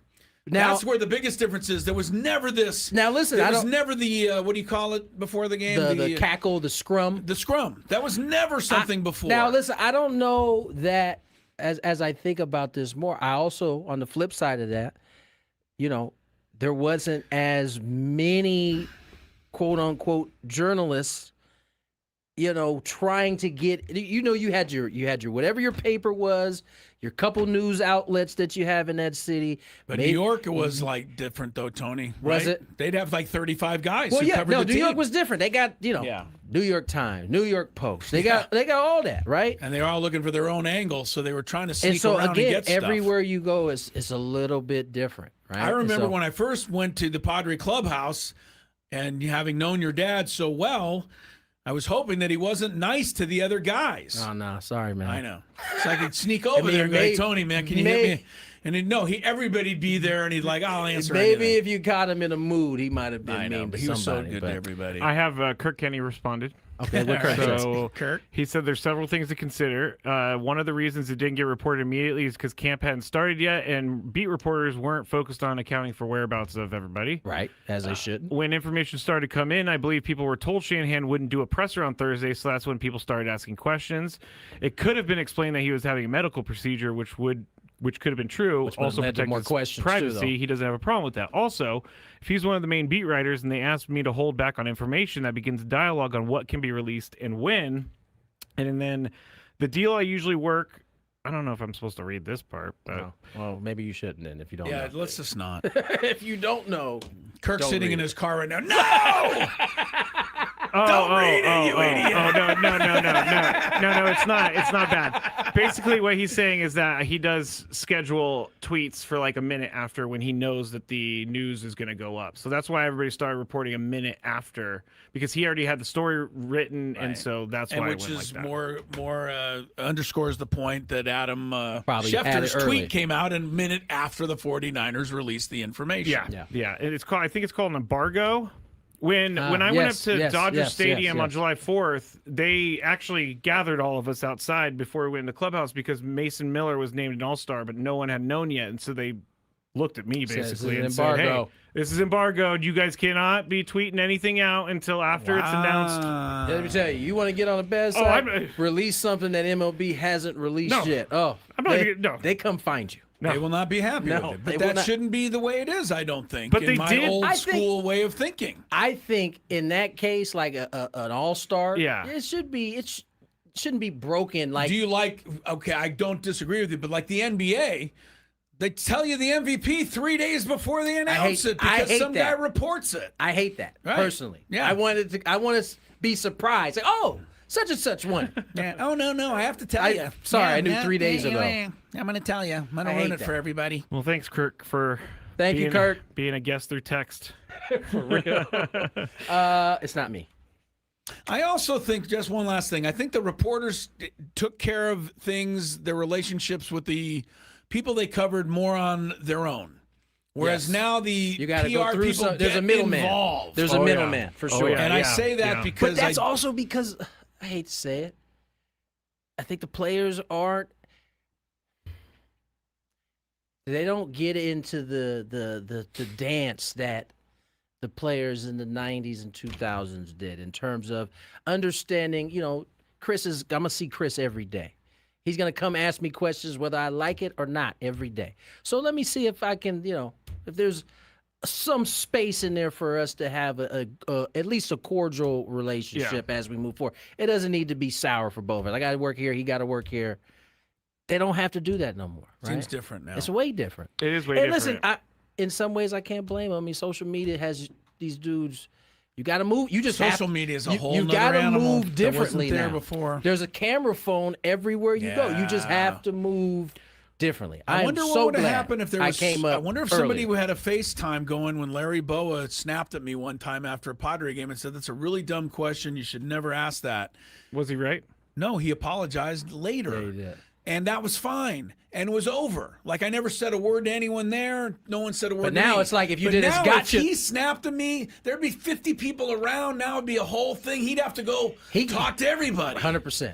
I also think that's and part so of... you know what you do now is I'm extra careful on how I respond. Yeah. Yes, and exactly. Now you're not even going to get my real response. You're going to get this calculated kind of answer. Yeah, there's also a lot of, even though they're not there on a daily basis, there are reporters that are social media reporters that go there and they just want to cause whatever kind of engagement they can. Doesn't matter what they're reporting on. So it's a different ball game. I tend to think that the reporters in your time, and that's not to say that these reporters today don't, but there was a true passion behind writing and journalism and how that's supposed to go. Well, we didn't know what a click was. It wasn't a click. There was no such thing as a click. No such thing, yeah. By the way, when I said that Larry... And by the way, that's most of the journalists that I work with today all operate in that same fashion. I don't know that I've run across some of these social media cats that you're talking about. Yeah, I know they're out there. We see it. They every are time. out there, but they're not like teams have and been. But this is why teams now have a PR team because they got to vet. That's what I was just about to say. Who these cats are coming in here. If you go in, if you've built a following and you do things right, they're going to let the Padres podcast guy. 100%. But if you're going to go in there and you're going to be like, hey, asking a question to Fernando, hey, what do you think about maybe that's a bad example. Just trying to stir stuff up. Trying to get like a gotcha answer or something like that. Yeah. That's when they don't want those people there. I think that's what makes it a much more complicated thing than it used to be, though. Definitely complicated. I think Skraby got far too excited when I said that Larry Bowa once got mad at me for a question, and he said, Skraby, was he right? Should he been right? Yeah. What was the question? It's not important, I'll tell you. Well, I mean, okay. It's fine. We don't need to. I mean, I asked him about a strategy move, and I think he misunderstood, honestly, the way I was asking the question. That's all it truly was. I mean, usually when someone answers that's a stupid question is because they didn't understand the question. So that's usually how it works. And I'm not saying you asked a bad question. I'm just saying he didn't understand. We didn't see eye to eye on the way that worked, but he was fine, and I was fine, and we'll take a break with more Gwynn and Chris. And everybody was fine. On the Fan. Coming up Tuesday.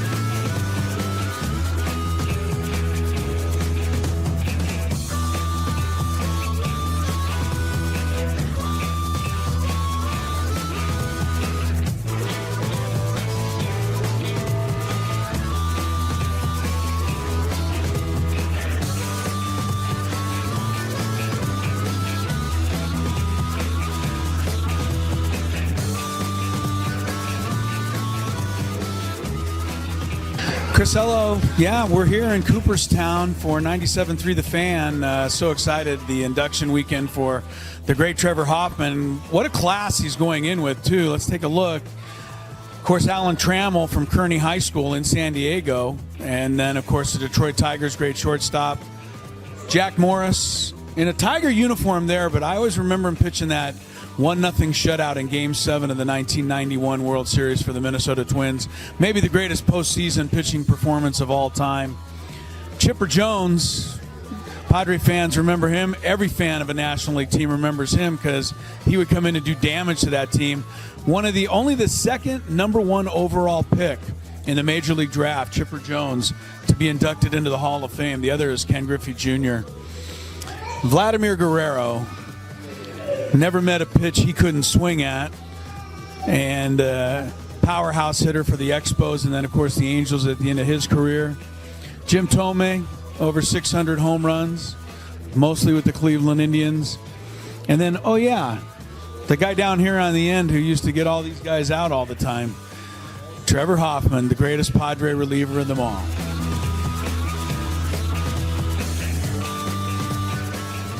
Two of the greatest outfielders in the history of baseball. Of course, you've got Babe Ruth right here. Ted Williams right over there. I was wondering who the third outfielder would be. And then, of course, it hit me. Tony would be upset if I didn't say that the third outfielder, who will someday probably be displayed right here between these two guys, is obviously Mike Trout.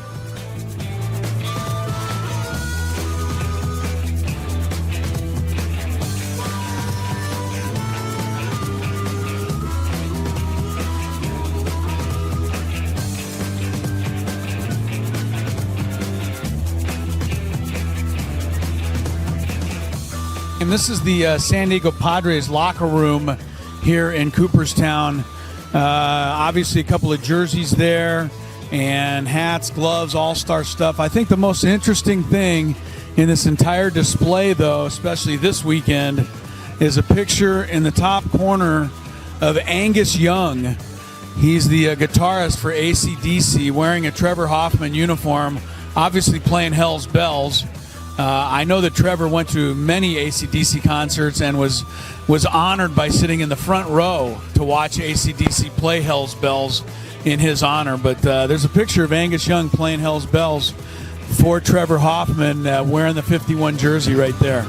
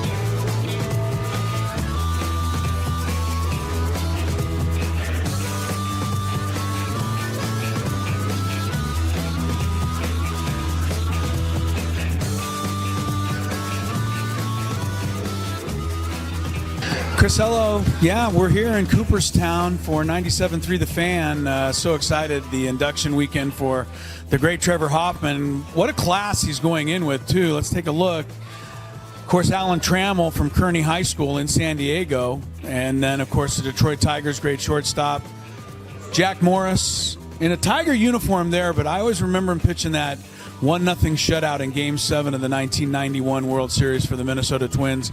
Maybe the greatest postseason pitching performance of all time. Chipper Jones, Padre fans remember him. Every fan of an happy hour. Let me, why do I sound like this? Am I up loud? Let's send this over to Mr. Ello. He's got a trivia question for you. Sorry, was I drowning you out? I was like, I can't even hear myself. Have you ever heard that song before? All the Small Things? Tony's just never heard Tony that song. Is a joke. He's never heard that They play it every night, right? Definitely heard it. Chance to win a pair to, speaking of, well, not those guys, Blink 182, but how about Guns N' Roses? Chance to win a pair of tickets to GNR. They're coming to Snapdragon Stadium on September the 2nd. Tickets on sale now at Ticketmaster.com. We're going to have our, Drew Goodman interview? Correct. Before that, but when we go to that, I'll ask the trivia question. You can call in. But I do want to ask, we have 2 minutes to ask Tony a question? 1 minute, but yes. One. Okay, Tony, your answer in 1 minute. Yes, sir. The critics of LeBron James who say he's ring chasing more than ever by going to the Philadelphia. First of all, I think it's really unfair to even question this guy's legacy. But there are people trying to suggest that this could hurt him even more. What do you say to those people? Are they just total haters, or they have any? Yes, they're total haters. Yeah, LeBron. You can make the argument that where LeBron goes, rings chase him. Now he may not. He may not be successful every time, but the dude has been to like 1 billion finals. He's in the playoffs pretty much all but like 2 years of his career. I think they happen to be with the Lakers, maybe one. Yeah, I think it's a silly argument. I won't be rooting for him like I have the last, however many years, but like he's undeniably. Now, the other side of it real quick, and then we'll get to there are people also say, though, if he wins with Philadelphia, it's the opposite. He won with Miami, championship with Cleveland, championship with the Lakers. Who can say they've done that? Right? Nobody. That's what I'm saying. That's their point, is if he wins with a fourth franchise at 42 years old, right? Maybe this makes him even better. I'm just saying, like, at this point, him chasing rings seems a bit silly. Like, I think, if anything, where he goes, typically rings have at least come one time to that organization. It is funny because the argument against and for LeBron, it's like they're talking about two completely different people. Player, yeah, for sure. All right. Here's the question. Guns N' Roses' famous song was called... Take me down to the paradise city where grass That's is one of green them, and but the I was girls are thinking pretty. of Welcome to the Jungle. Oh, yeah, it's a good one. What NFL stadium was called The Jungle? 833-288-0973. It's kind of an easy question. I think you can figure it out. 833-288-0973. First person will go see Guns N' Roses. In the meantime, earlier today, Tony and I interrupted Drew Goodman sunning himself. I don't like how you say so. All right, Drew Goodman, great play-by-play voice. Colorado Rockies joining us here on the SDCCU Fan Hotline. It's not big bank banking. It's better. And speaking of that, Drew Goodman, thank you so much for being with us, sir. But you told us earlier this season, there's no question the Rockies were going to be much better. To that end, a win tomorrow would equal last year's win total for the Rockies. I don't know that any team in baseball history has ever been able to say that in July. Well, I guess that probably speaks to how tough a season it was in 2025. Yeah, right. Right. But you know what? From afar, people can look at the record and say it's still one of the worst records in baseball. The Rockies don't want to compare themselves to what transpired last year. It's a new team. It's a new front office. It's a new direction. And we rarely, for whatever that's worth, on the air mention last year. You guys have seen the Rockies now on a couple of occasions. They're vastly improved. They're competitive. I think offensively they're way ahead of where they are on the mound. In fact, offensively, if this was an October team, like if the Rockies were good enough to play in October, you'd look at that offense, and though you wouldn't say it's the best offense in baseball, you'd say, hey, this is a pretty good offense. They run the bases well, they scrap, they can hit the ball over the wall. The biggest piece has been the issue, and you guys know this, is the pitching. And hopefully we're going to continue to see some improvement moving forward, whether it's the trade deadline or the off season or young guys coming up. They'll be able to match what we've seen on the offensive end. Drew, you mentioned this team is so much better offensively, but I think when you start to look at what they have, they got some players offensively. I mean, Hunter Goodman kind of came onto the scene last year. He's continued to play well. You got Aztec for life, Cole Kerrigan there coming up. Not only is he playing well, but has showed a little moxie as he got into rushing a little bit earlier. I mean, speaking of the deadline, are there players available for the Rockies that they may look to kind of move?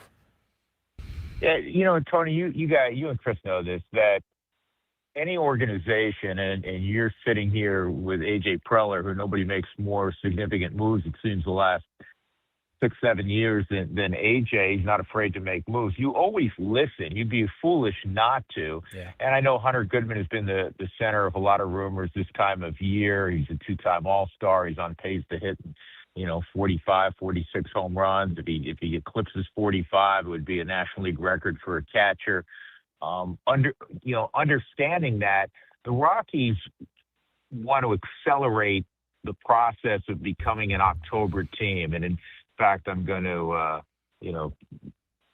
roughly quote Paul DePodesta from about a week or so ago. And he said, listen, we'll listen to anybody and anything.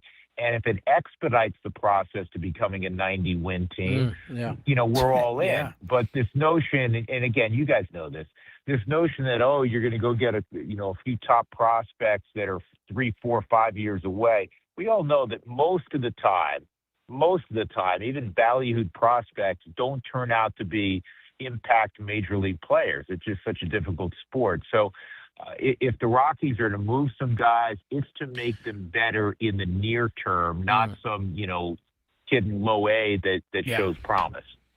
Drew Goodman is with us, a long-lost relative of Hunter Goodman. I just figured that out when we were introducing you. You guys had the same last name. Drew, I want to ask about a couple of guys because we talk about who the Rockies could trade or maybe where they have a little excess. A couple of guys that come to my mind are Brenton Doyle and Jordan Beck. One's hurt, one's in the minors now after being hurt.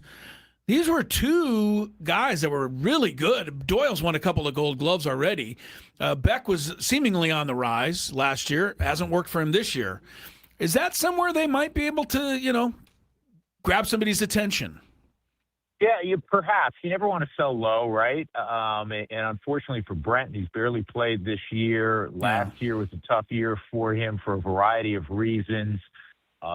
So, now he's a couple years removed away from a really good offensive year where he was a 2020 guy and won his second Gold Glove. So it depends. Is there somebody out there that's watched him in Albuquerque and says, no, this guy still can be impactful and he's still a young guy. Let's go get him. Jordan Beck, same situation. Unfortunately, Jordan hasn't played much this year. And when he did, other than against left-handed pitching, he really struggled. Yeah. So are you selling too low or does somebody give you enough where you feel like, especially with a plethora of outfielders, that you can make that move? It'll be interesting. I really do think it's going to be fascinating the next week or so from the Rockies' perspective. You mentioned Cole Carrick, man. I love that kid. And I think I love the adjective I think Tony used is that he plays with great moxie.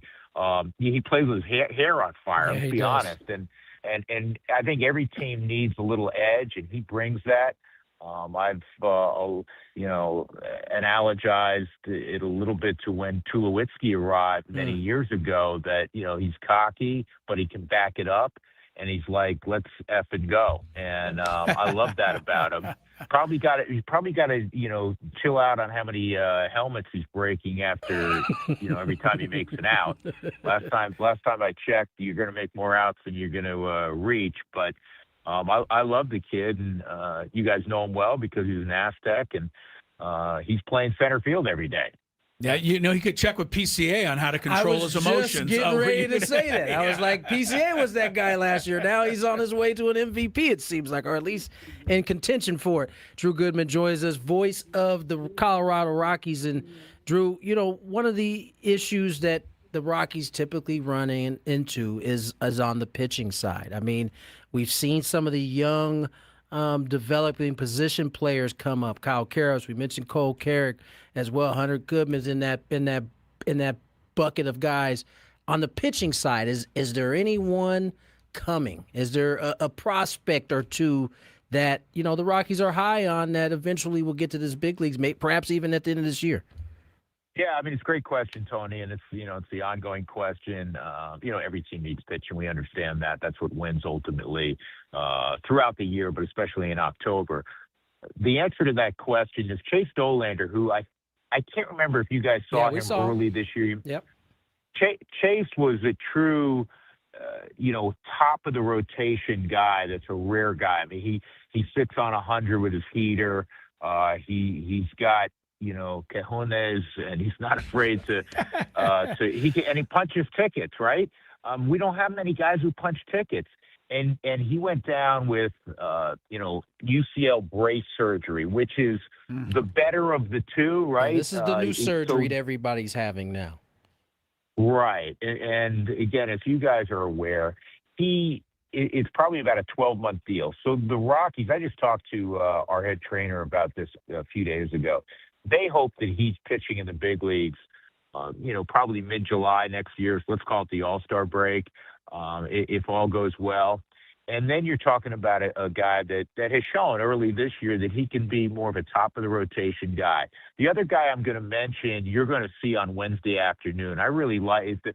It's very early on. He's made 3 big league starts. He's a former number 1. He had Tommy John surgery a couple of years ago. Gabriel Hughes, he was the 10th pick in the draft out of Gonzaga. I think he's still getting his, the top-end fastball back. He's going to work 93, 94, but he has a natural cut on his fastball. He has great mound presence. He's not afraid, which is a term I use a lot, and I'm sure, Tony, you do as well. He looks the part. He acts the part. And so far, through 3 starts, he's been really good. And so he's another one where you can dream on and say, okay, you know, Dollander, Hughes, and maybe some veteran guys, and you can strengthen a bullpen quicker, where you can have you know, a pitching staff where you feel like, you know, we're good enough to, you know, to be above 500 and be in that, at the very least, the wild card mix. Drew Goodman, really kind of you to spend some time with us. We love having you on down here. I want to throw one just kind of general question at you.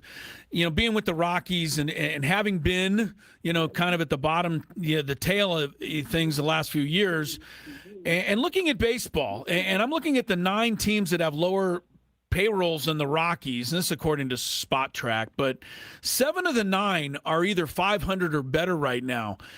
I'm not bringing this up to compare them to the Rockies. I'm bringing this up to ask you, do you think the system is broke in terms of there being an unfair playing advantage? Because we're going to be hearing about this in the offseason, obviously, with the conversation. I know none of us know what's going to happen, but I'm just curious from your perspective what you see there. And do you think, you know, we can get baseball, or does baseball need to be more, quote, fair? Well, first of all, I want to go back to your original statement. You said it was kind enough for me to join you. I'm sitting on the beach. It's kind enough for you to put the Del Coronado not too far away, and so I could sit on the beach and, You're welcome. pretend to work. Yeah. So thank you for arranging that for me. Yeah. You know, it's the question that is, you know, frequently talked about. It's going to be even more frequently talked about, especially as we head toward the off season. We all know that the best hands will not be revealed until, you know, 5 minutes of midnight, which means February of next year, maybe March even. I don't know if I would call it unfair. I would say that, you know, the Dodgers are always looked upon as the villain. I'm going to kind of meander my way through this in that I think it's good when a sport has a villain. I think, you know, when the Yankees being good is always good for baseball. It has more, you know, look at you guys. You have a nice rivalry with the Dodgers. It means more when you take 2 of 3 from the Dodgers, right, than it does, quite frankly, when you take 2 of 3 from the Rockies. And so I have no issue with that. The Dodgers have done so many things well beyond being able to stroke checks, right? So I look more honestly, what is best for the game moving forward, and what is best for the rank and file? And Tony, I'm sure you've pontificated on this subject quite a bit in the past. You're going to do so quite a bit moving forward. And I say this with great respect, because you and I know each other well. Yeah. I have the absolute utmost respect for anybody that gets to the big leagues. My dad told me when I was a little boy, the worst big leaguer is one of the greatest players on earth. And so I have mad respect for everybody who gets here. And 95% of the people that get to the big leagues last, 3.1 years? Yep. They're not worried about making $30, $40, $50 million a year, or even arbitration, quite frankly. So what's best for the rank and file moving forward, I think, is the most important question. And I understand the Players Association. They're going to say, look, I mean, we have the Clevelands and the Milwaukees. We just left Milwaukee. Your former club. Milwaukee wins every year, right? Yeah. And there's and Tampa. I mean, Tampa's in with the big boys in the AL East, man. The Yankees and Toronto and Boston, teams that can really, really spend. And what are they doing that allows them to, win divisions and play in the postseason almost on an annual basis? So it's a complex question. I just hope overall that they get it done without missing any games, not only selfishly, but we're in a time frame where, people will move on to something else. There's no and guarantees. The game is in a really good place. No, not at all. No guarantees. Drew, as always, man, appreciate you coming on and spending some time with us, man. Well, sorry to interrupt your sunning at the Hotel Del. We appreciate it. No, I got to get this pasty white body ready for tomorrow night, big open where I'm on camera for 42 seconds. So, Don't forget a little sunscreen. We will recommend that, sir. Thank you so much. No, I'm all about the 50 now at this stage of the game. Yeah, right. There you go. All right, Drew. Take Thank care, you so Drew. much. Thank you. Appreciate the time. Was that 50 SFP? Yeah, right. SPF. SPF? Sun Protection Factor. Sun Factor Protection. Yeah, or that. Yeah. Whatever. Gonna end our night. Skraby Chronicles up next. Padres Rockies tomorrow. Begin a 2-game set. Giants fall for a 4-game set. Big week. Go Padres. You guys have a good night.